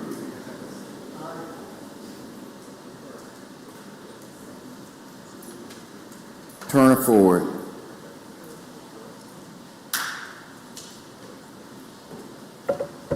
Voting yes or yay? Barrett, Berry, Blackwell, Boyd, Carter, Chazanall, Chisholm, DeBar, Delano, England, Fillingane, Harkins, Hill, Hobson, Johnson, Kirby, Latner, McCon, McClendon, McMahon, Michelle, Parker, Parks, Pope, Rhodes, Robinson, Seymour, Sparks, Suber, Tate, Thompson, Whaley, Wiggins, Williams, and Younger. Voting no or nay, Barnett, Blackman, Blunt, Brumfield, Butler, Frazier, Hickman, Horn, Jackson, Jordan, Norwood, Senator the 12th, Senator the 13th, and Thomas. Senator Suber, for what purpose, sir? To the vote. Please proceed. I'd like to announce a pair. If Angela Turner Ford was here, she would vote no. I vote aye. Pair, Suber, Angela Turner Ford.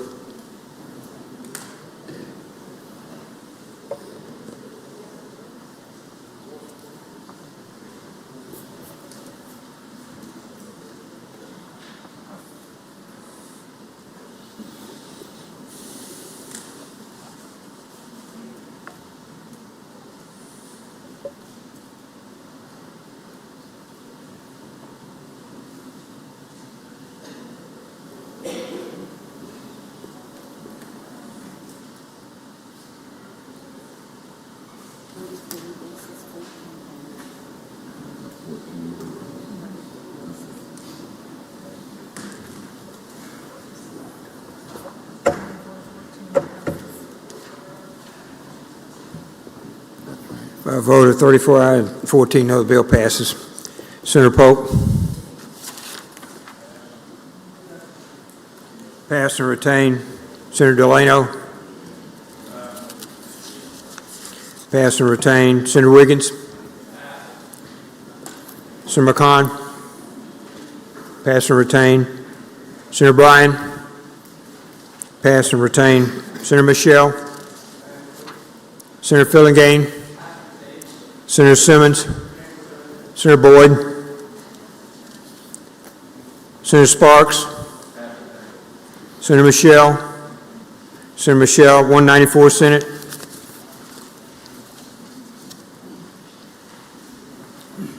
Thank you, Mr. President. I'll go to item 194, House Bill 1567, and ask that the title be read. Mr. Clerk, please read the title. House Bill 1567, fire trucks and fire funds, bring forward code sections related to.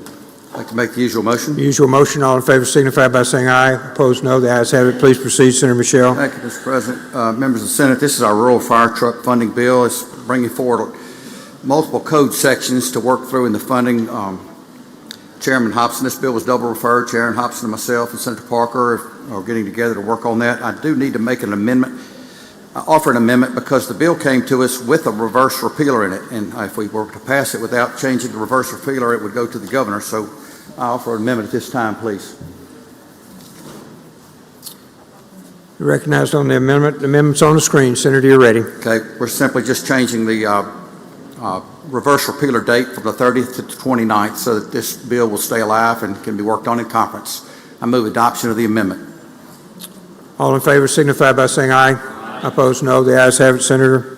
Thank you, Mr. President. I move final passage as amended by use of the afternoon roll call. Afternoon roll call been requested. Anyone object? Carter's voting no. Present. Bill passes by use of afternoon roll call. Senator Wiggins. 195 Senate. Go to item 195, call that up, ask the title be read. Mr. Clerk, please read the title. House Bill 1459, CCID, authorize Supreme Court Justice to appoint full-time and part-time judges. Make the usual motion. Senator makes the usual motion. All in favor signify by saying aye. Aye. Opposed, no. The ayes have it. Please proceed. Thank you, Mr. President. This is the one remaining bill that's trying to address the CCID judges, and what it's doing is simply codifying how the judges in the CCID are there now. We needed that language to bring the statute in accordance with how things are set out, and then we did in committee. We had a Senate bill that's no longer alive.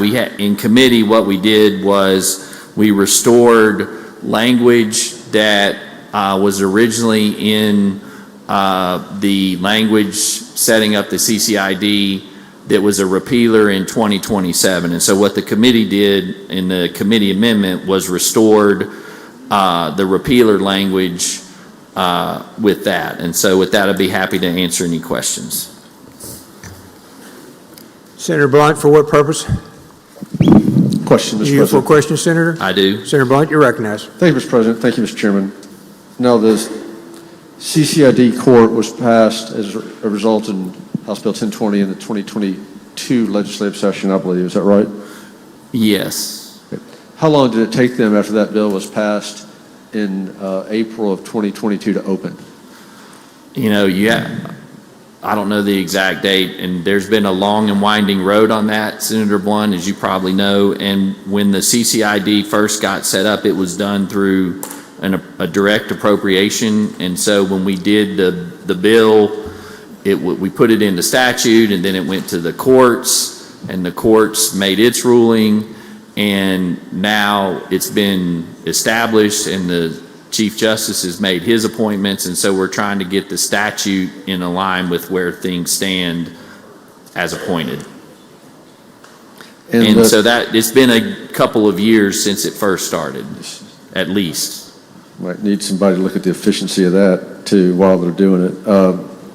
This is the equivalent of a municipal court that deals with misdemeanors and initial appearances. Isn't that correct? Well, not what's in this bill, no. I mean, this is just dealing with the judges. That's right, and the judges are on the CCID court, and the CCID court is the equivalent court to a municipal court. It is an inferior court to a circuit court, and so they only deal with misdemeanors and initial appearances. Is that what these judges do? I would, it's been a while since I've seen the language. I would rely on the bill that set that up, the law. And the municipal judges, how much does these folks are going to make $10,000 less than a county court judge? That's what it says there in lines 38 to 43. Okay. And do you have any idea how much that is? I do not. County courts are set up by the courts by the counties themselves. Okay. But no, I don't know that compensation. Is their salary is not set by statute, county court judges? Chancery, Chancery, No, I'm yes. sorry, county court judges, are their salaries set by statute?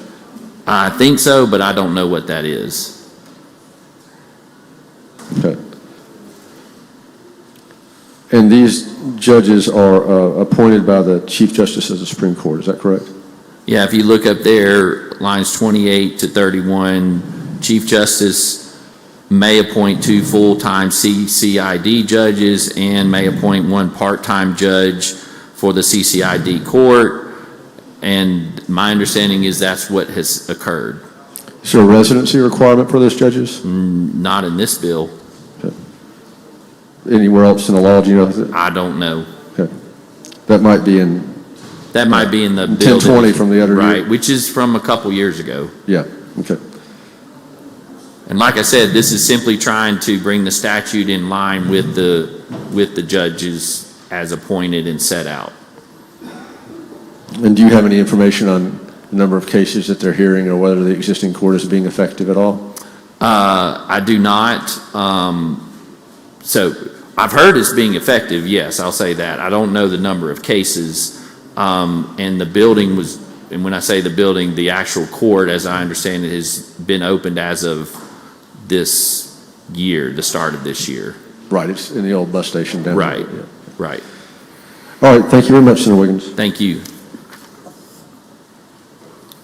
Questions? Seeing none, Senator. My motion is passage on the afternoon roll call, Mr. President. As amended? As amended, yes.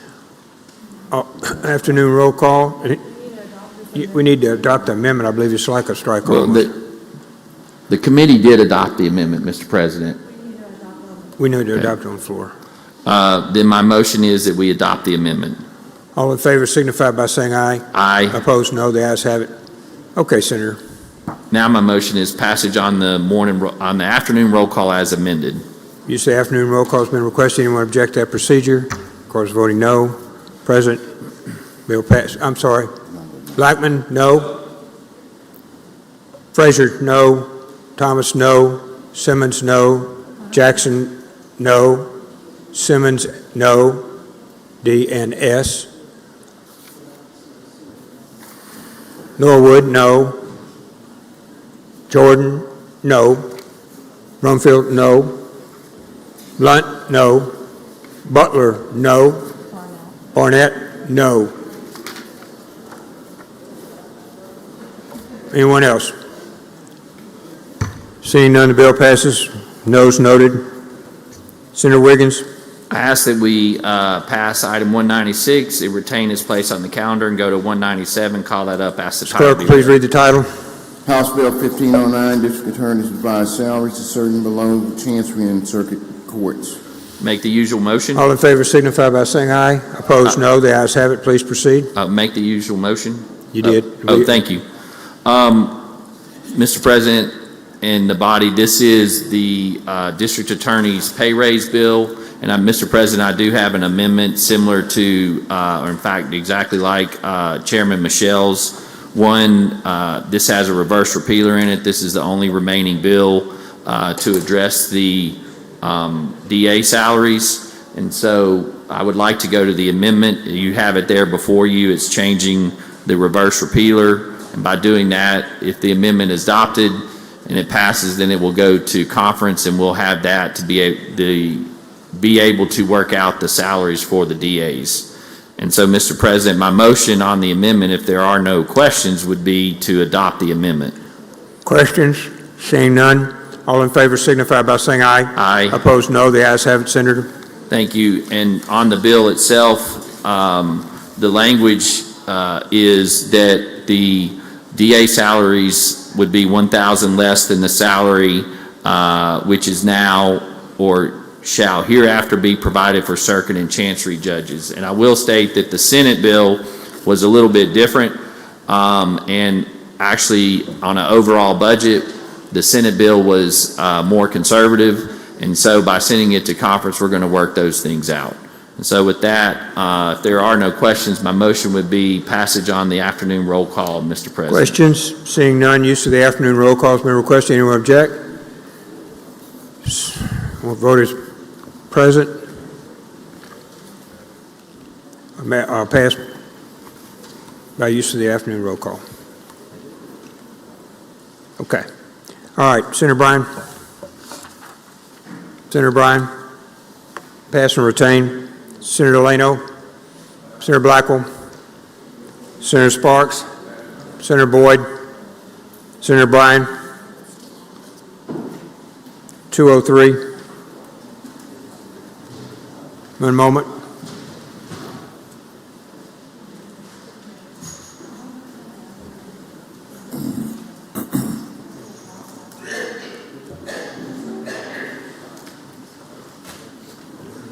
.203 Senator on CO answer.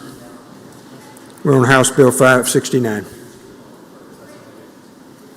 I ask that we pass item 203, 204, 205, and let them retain their place on the calendar. And I'd go to item 206 and ask that the title be read. 2, 3, 4, and 5 retain their place on the calendar. Mr. Clerk, please read the title. House Bill 1123, Pharmacy Benefit Managers and Pharmacy Services Administrative Organizations provides certain regulations for. Mr. President, I'd like to make the usual motion and then explain my purpose for asking the Senate to pass the usual motion. Usual motion. All in favor signify by saying aye. Aye. Opposed, no. The ayes have it. Senator. Mr. President, there is a typo or two in the strike all as it came from committee, and this is causing confusion. I have had prepared an amendment, which is the amendment that should have been reported out of committee. In other words, it's the committee amendment with the typos fixed. Just in order to get us in a position so we all know what we're talking about, what I would like to do is call up the committee amendment, ask the Senate to defeat the committee amendment, and then call up the committee strike-all, at which point, rather than proceeding to consider the bill, I would just like to table the bill subject to call so that we can take it up tomorrow or the next day. But I do want to get the bill, the committee amendment, technically before us so that everybody can look at the committee amendment and see what it was without the typos. So that's my reason for calling up the bill at this time. And now I would move adoption of the committee strike-all and ask the Senate to vote no. Motion is to adopt the strike-all, and senators ask the Senate to vote no. All in favor signify by saying aye. Aye. Opposed, no. No. The noes have it, Senator. See, I don't know what I'm doing. We figured this out long ago. And now, Mr. President, I would like to offer the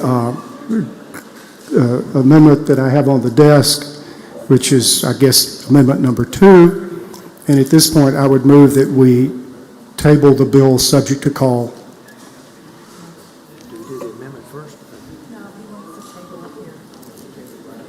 This is not tabling the bill, it's tabling the bill subject to call. I intend to call the bill up tomorrow or the next day. Table the bill. All in favor signify by saying aye. Opposed, no. Subject to call of the chair. Opposed, no. We have no's, Senator. I go to item 207 and ask that the title be read. Mr. Clerk, please read the title. Bill 1402, Vital Records Fees for Service may be used by Board of Health for public health programs. I make the usual motion. Usual motion. All in favor signify by saying aye. Opposed, no. The ayes have it.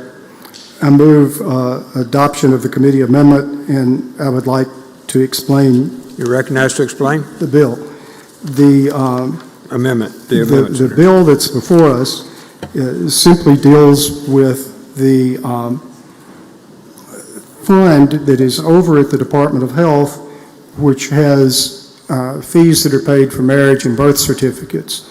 The committee amendment would simply allow that to be used for public health programs pertaining to maternal, infant, and child health, in addition to use for vital statistics.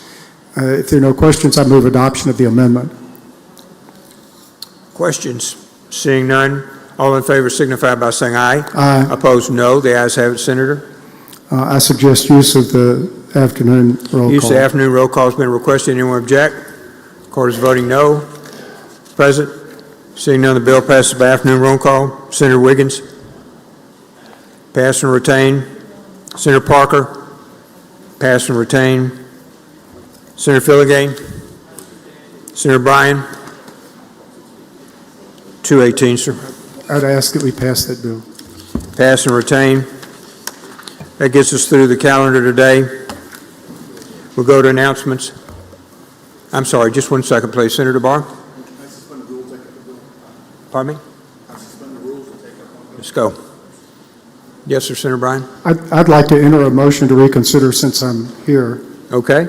House Bill 598, a bill that was passed yesterday. It's on the finance calendar. I think Senator Harkins and Senator McCon would also like to be added to that motion to reconsider. 598, Mr. Clerk. All right, we'll go back. Senator Barr.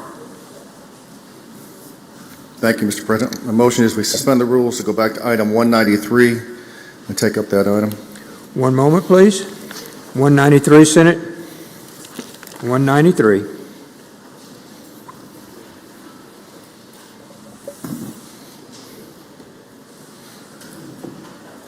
Okay, Senator. All in favor, signify by saying aye. Aye. Opposed, no. Rules are suspended. We're on 193, Senate. Ask the title be read. Mr. Clerk, please read the title. House Bill 1630, Mississippi Student Funding Formula revised to clarify certain provisions related to. Make the usual motion. Senator makes the usual motion. All in favor signify by saying aye. Aye. Opposed, no. The ayes have it. Please proceed. Thank you, Mr. President and Senators. I have a substitute amendment to the one that came out of committee. The bill that came out of committee, this is the bill that deals with the student funding formula. The bill that came out of committee, or the amendment that came out of committee, only dealt with adding 7th and 8th grade CTE students back into the formula, as well as Senator Parker's teacher retirement bill that added administrators. Since then, the substitute amendment before you adds several bills that you've seen already and have passed, but the House did not bring them up and they have died. Since that date, talking with the House Education Chairman, there may be some appetite to revive these bills. And so what I have before you is a substitute amendment that includes the items that came out of committee, the CTE, the teacher retirement bill, adding administrators. And Section 3 is something that I worked with Senator Polk, which adds more funding for DeBard School there in Hattiesburg. In the funding formula, there was some language that didn't allow university-based programs to get their full funding. Just a little tweak in the language will allow DeBard School to get an additional approximately $200,000. That is the only thing that you have not seen before you this session. In sections 8 and 9, that is the teacher retirement bill. Sections 10 and 11 are the financial literacy bill that you passed earlier. That is on line 965. On line 1487, section 11, that is another bill that you passed earlier this session dealing with providing health insurance for school board members, which is paid only with local money. Section 12, there is potentially some appetite, and this begins on line 1490, for the cell phone policy that Senator Boyd and I think someone else, Senator Parker, worked on in the task force. That is Senator Hobson's bill saying that the district has to come up with a policy and the consequences for failing to do so. And so that is the substitute amendment that is before you. I can go more in depth on the explanations. However, like I said, you've passed them and voted for them already. But having said that, I'll yield for any questions if there are any, Mr. President.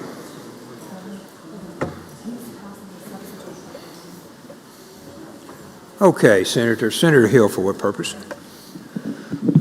Question. You here for a question, Senator Yes, Barr? I do. Senator Hill, you're recognized. Thank you. Can you refresh the part about the teacher retirement and what you said Senator Parker had on the administration? I can't remember what that was. Well, Senator Parker's the expert, more so than I am on it, but what it does is it will allow for administrators to come back and teach and be afforded the same pay as well as receive their retirement as the teachers were. And I think it's up to about 150% of the pay. And So this is similar to what we passed last year to try to be able to have the retired teachers come back. Yes. But you're adding administrators in it too? Administrators, but they have to come back and teach. They can't be administrators. They have to Okay. be teachers. They can come back and teach. That's correct.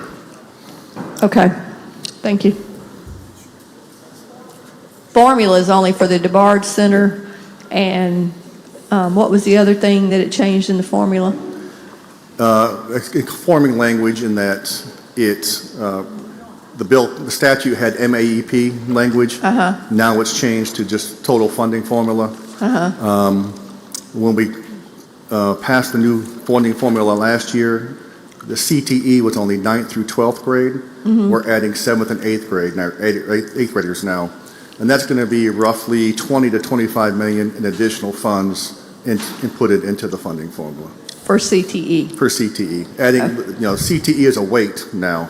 It's a weight? Yeah, Okay. so by adding 7th and 8th grade to that weight, we're adding about 20 to 25 million. So it didn't do anything to millage, raise a millage cap, or anything specifically to that? No, this is just including 7th and 8th graders in the funding formula. Okay, thank you. Yes. Senator Boyd, for what purpose? Question. You here for a question, Senator Barr? Yes, I do. Senator Boyd is recognized. As I know I have constituents listening right now, does this bill restore the preschool funding that, as the House bill came over? Yeah, we stripped that out as we did in committee. There is no elimination of preschool funding. Thank you. Yes. Thank you, Senator Boyd. Senator Parks? Announcement at the appropriate time. One moment, please. Senator Fraser, announcement. Okay, no further questions, Senator? Thank you, Mr. President. My motion is that we do adopt the substitute amendment before us. All in favor signify by saying aye. Aye. Opposed, no. The ayes have it.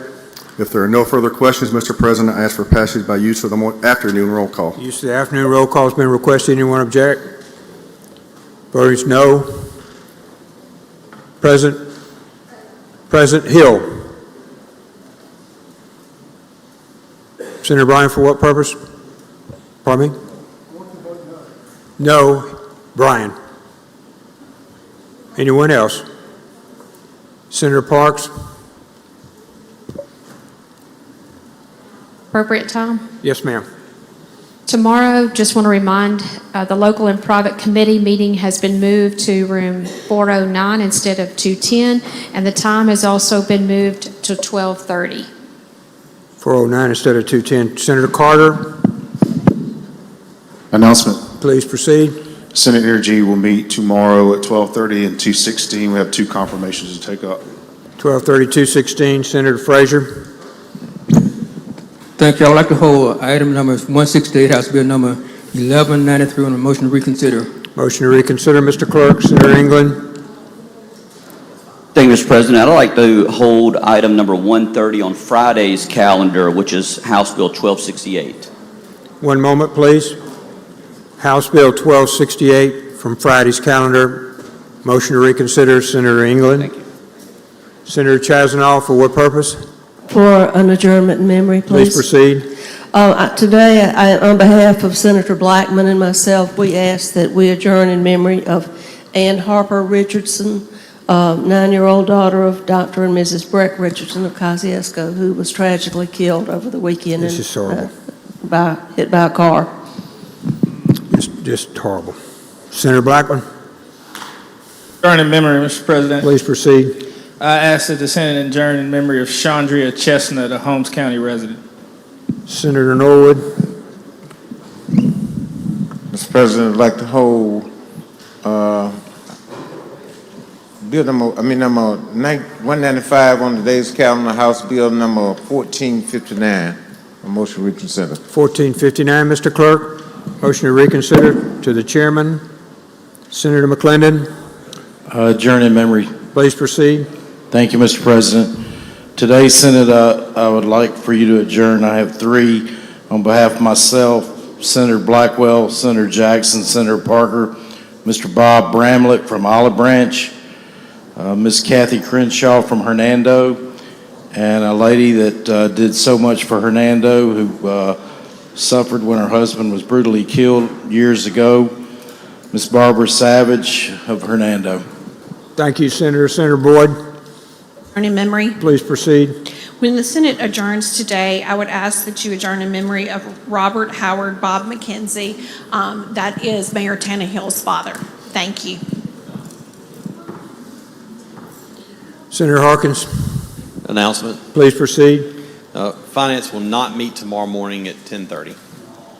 Senator Polk. Announcement. Please proceed. Thank you, Mr. President. I need to meet the following senators in room 210 as soon as I can get my slow self down there after adjournment to talk about some ARPA very important issues. They are Senators Brumfield, Jackson, D. Simmons, Barnett, Johnson, Robinson, Blunt, Frazier, Norwood, Horn, Thomas, Boyd, Jordan, Williams, Suber, Bryan, Parks. Thank you very much. Thank you, Senator Polk. Anyone who didn't hear the name, you need to check with Senator Polk. Senator Barrett. Adjourn in memory, Mr. President. Please proceed. When the Senate adjourns today, myself and Senator Hobson would ask that the Senate does so in honor of William Edward Phillips, Jr., currently of Brookhaven, formerly of Yazoo. Thank you. Senator Hobson, for what purpose, sir? Adjournment in memory. Please proceed. Thank you, Mr. President. When the Senate adjourns today, I ask we do so in memory of Joey Ward, formerly of Vicksburg. Thank you, Senator Hobson. Senator Whaley, for what purpose, sir? An announcement, please. Please proceed. Thank you, Mr. President. I just want to remind everyone that the Senate and Forestry Committee will be having the steak dinner at the fairgrounds tonight. Everyone's invited to attend. Thank you, Senator Whaley. Anyone else? Anyone else? Unfortunately, Senate, we've been informed that we had a tragedy at UMMC today, a helicopter crash in which we lost 3 lives. I'd ask you to remember them and their families in your prayers. And more information will be coming quickly, I think, from the University of Mississippi Medical Center. All right. Senator Blackwell. Thank you, Mr. President. I ask the Senate to pay attention to this motion as it is different from what we're used to. The Senate will stand adjourned. I move that the Senate stand adjourned until 1 o'clock tomorrow morning. Afternoon. Afternoon, I'm sorry. I was on Senator Parker's schedule. Motion is to adjourn until 1 o'clock tomorrow in honor of the Representative Clark and his funeral, which is in the morning. So many of y'all will be attending. All in favor signify by saying aye. Opposed, no. The ayes have it. We stand adjourned.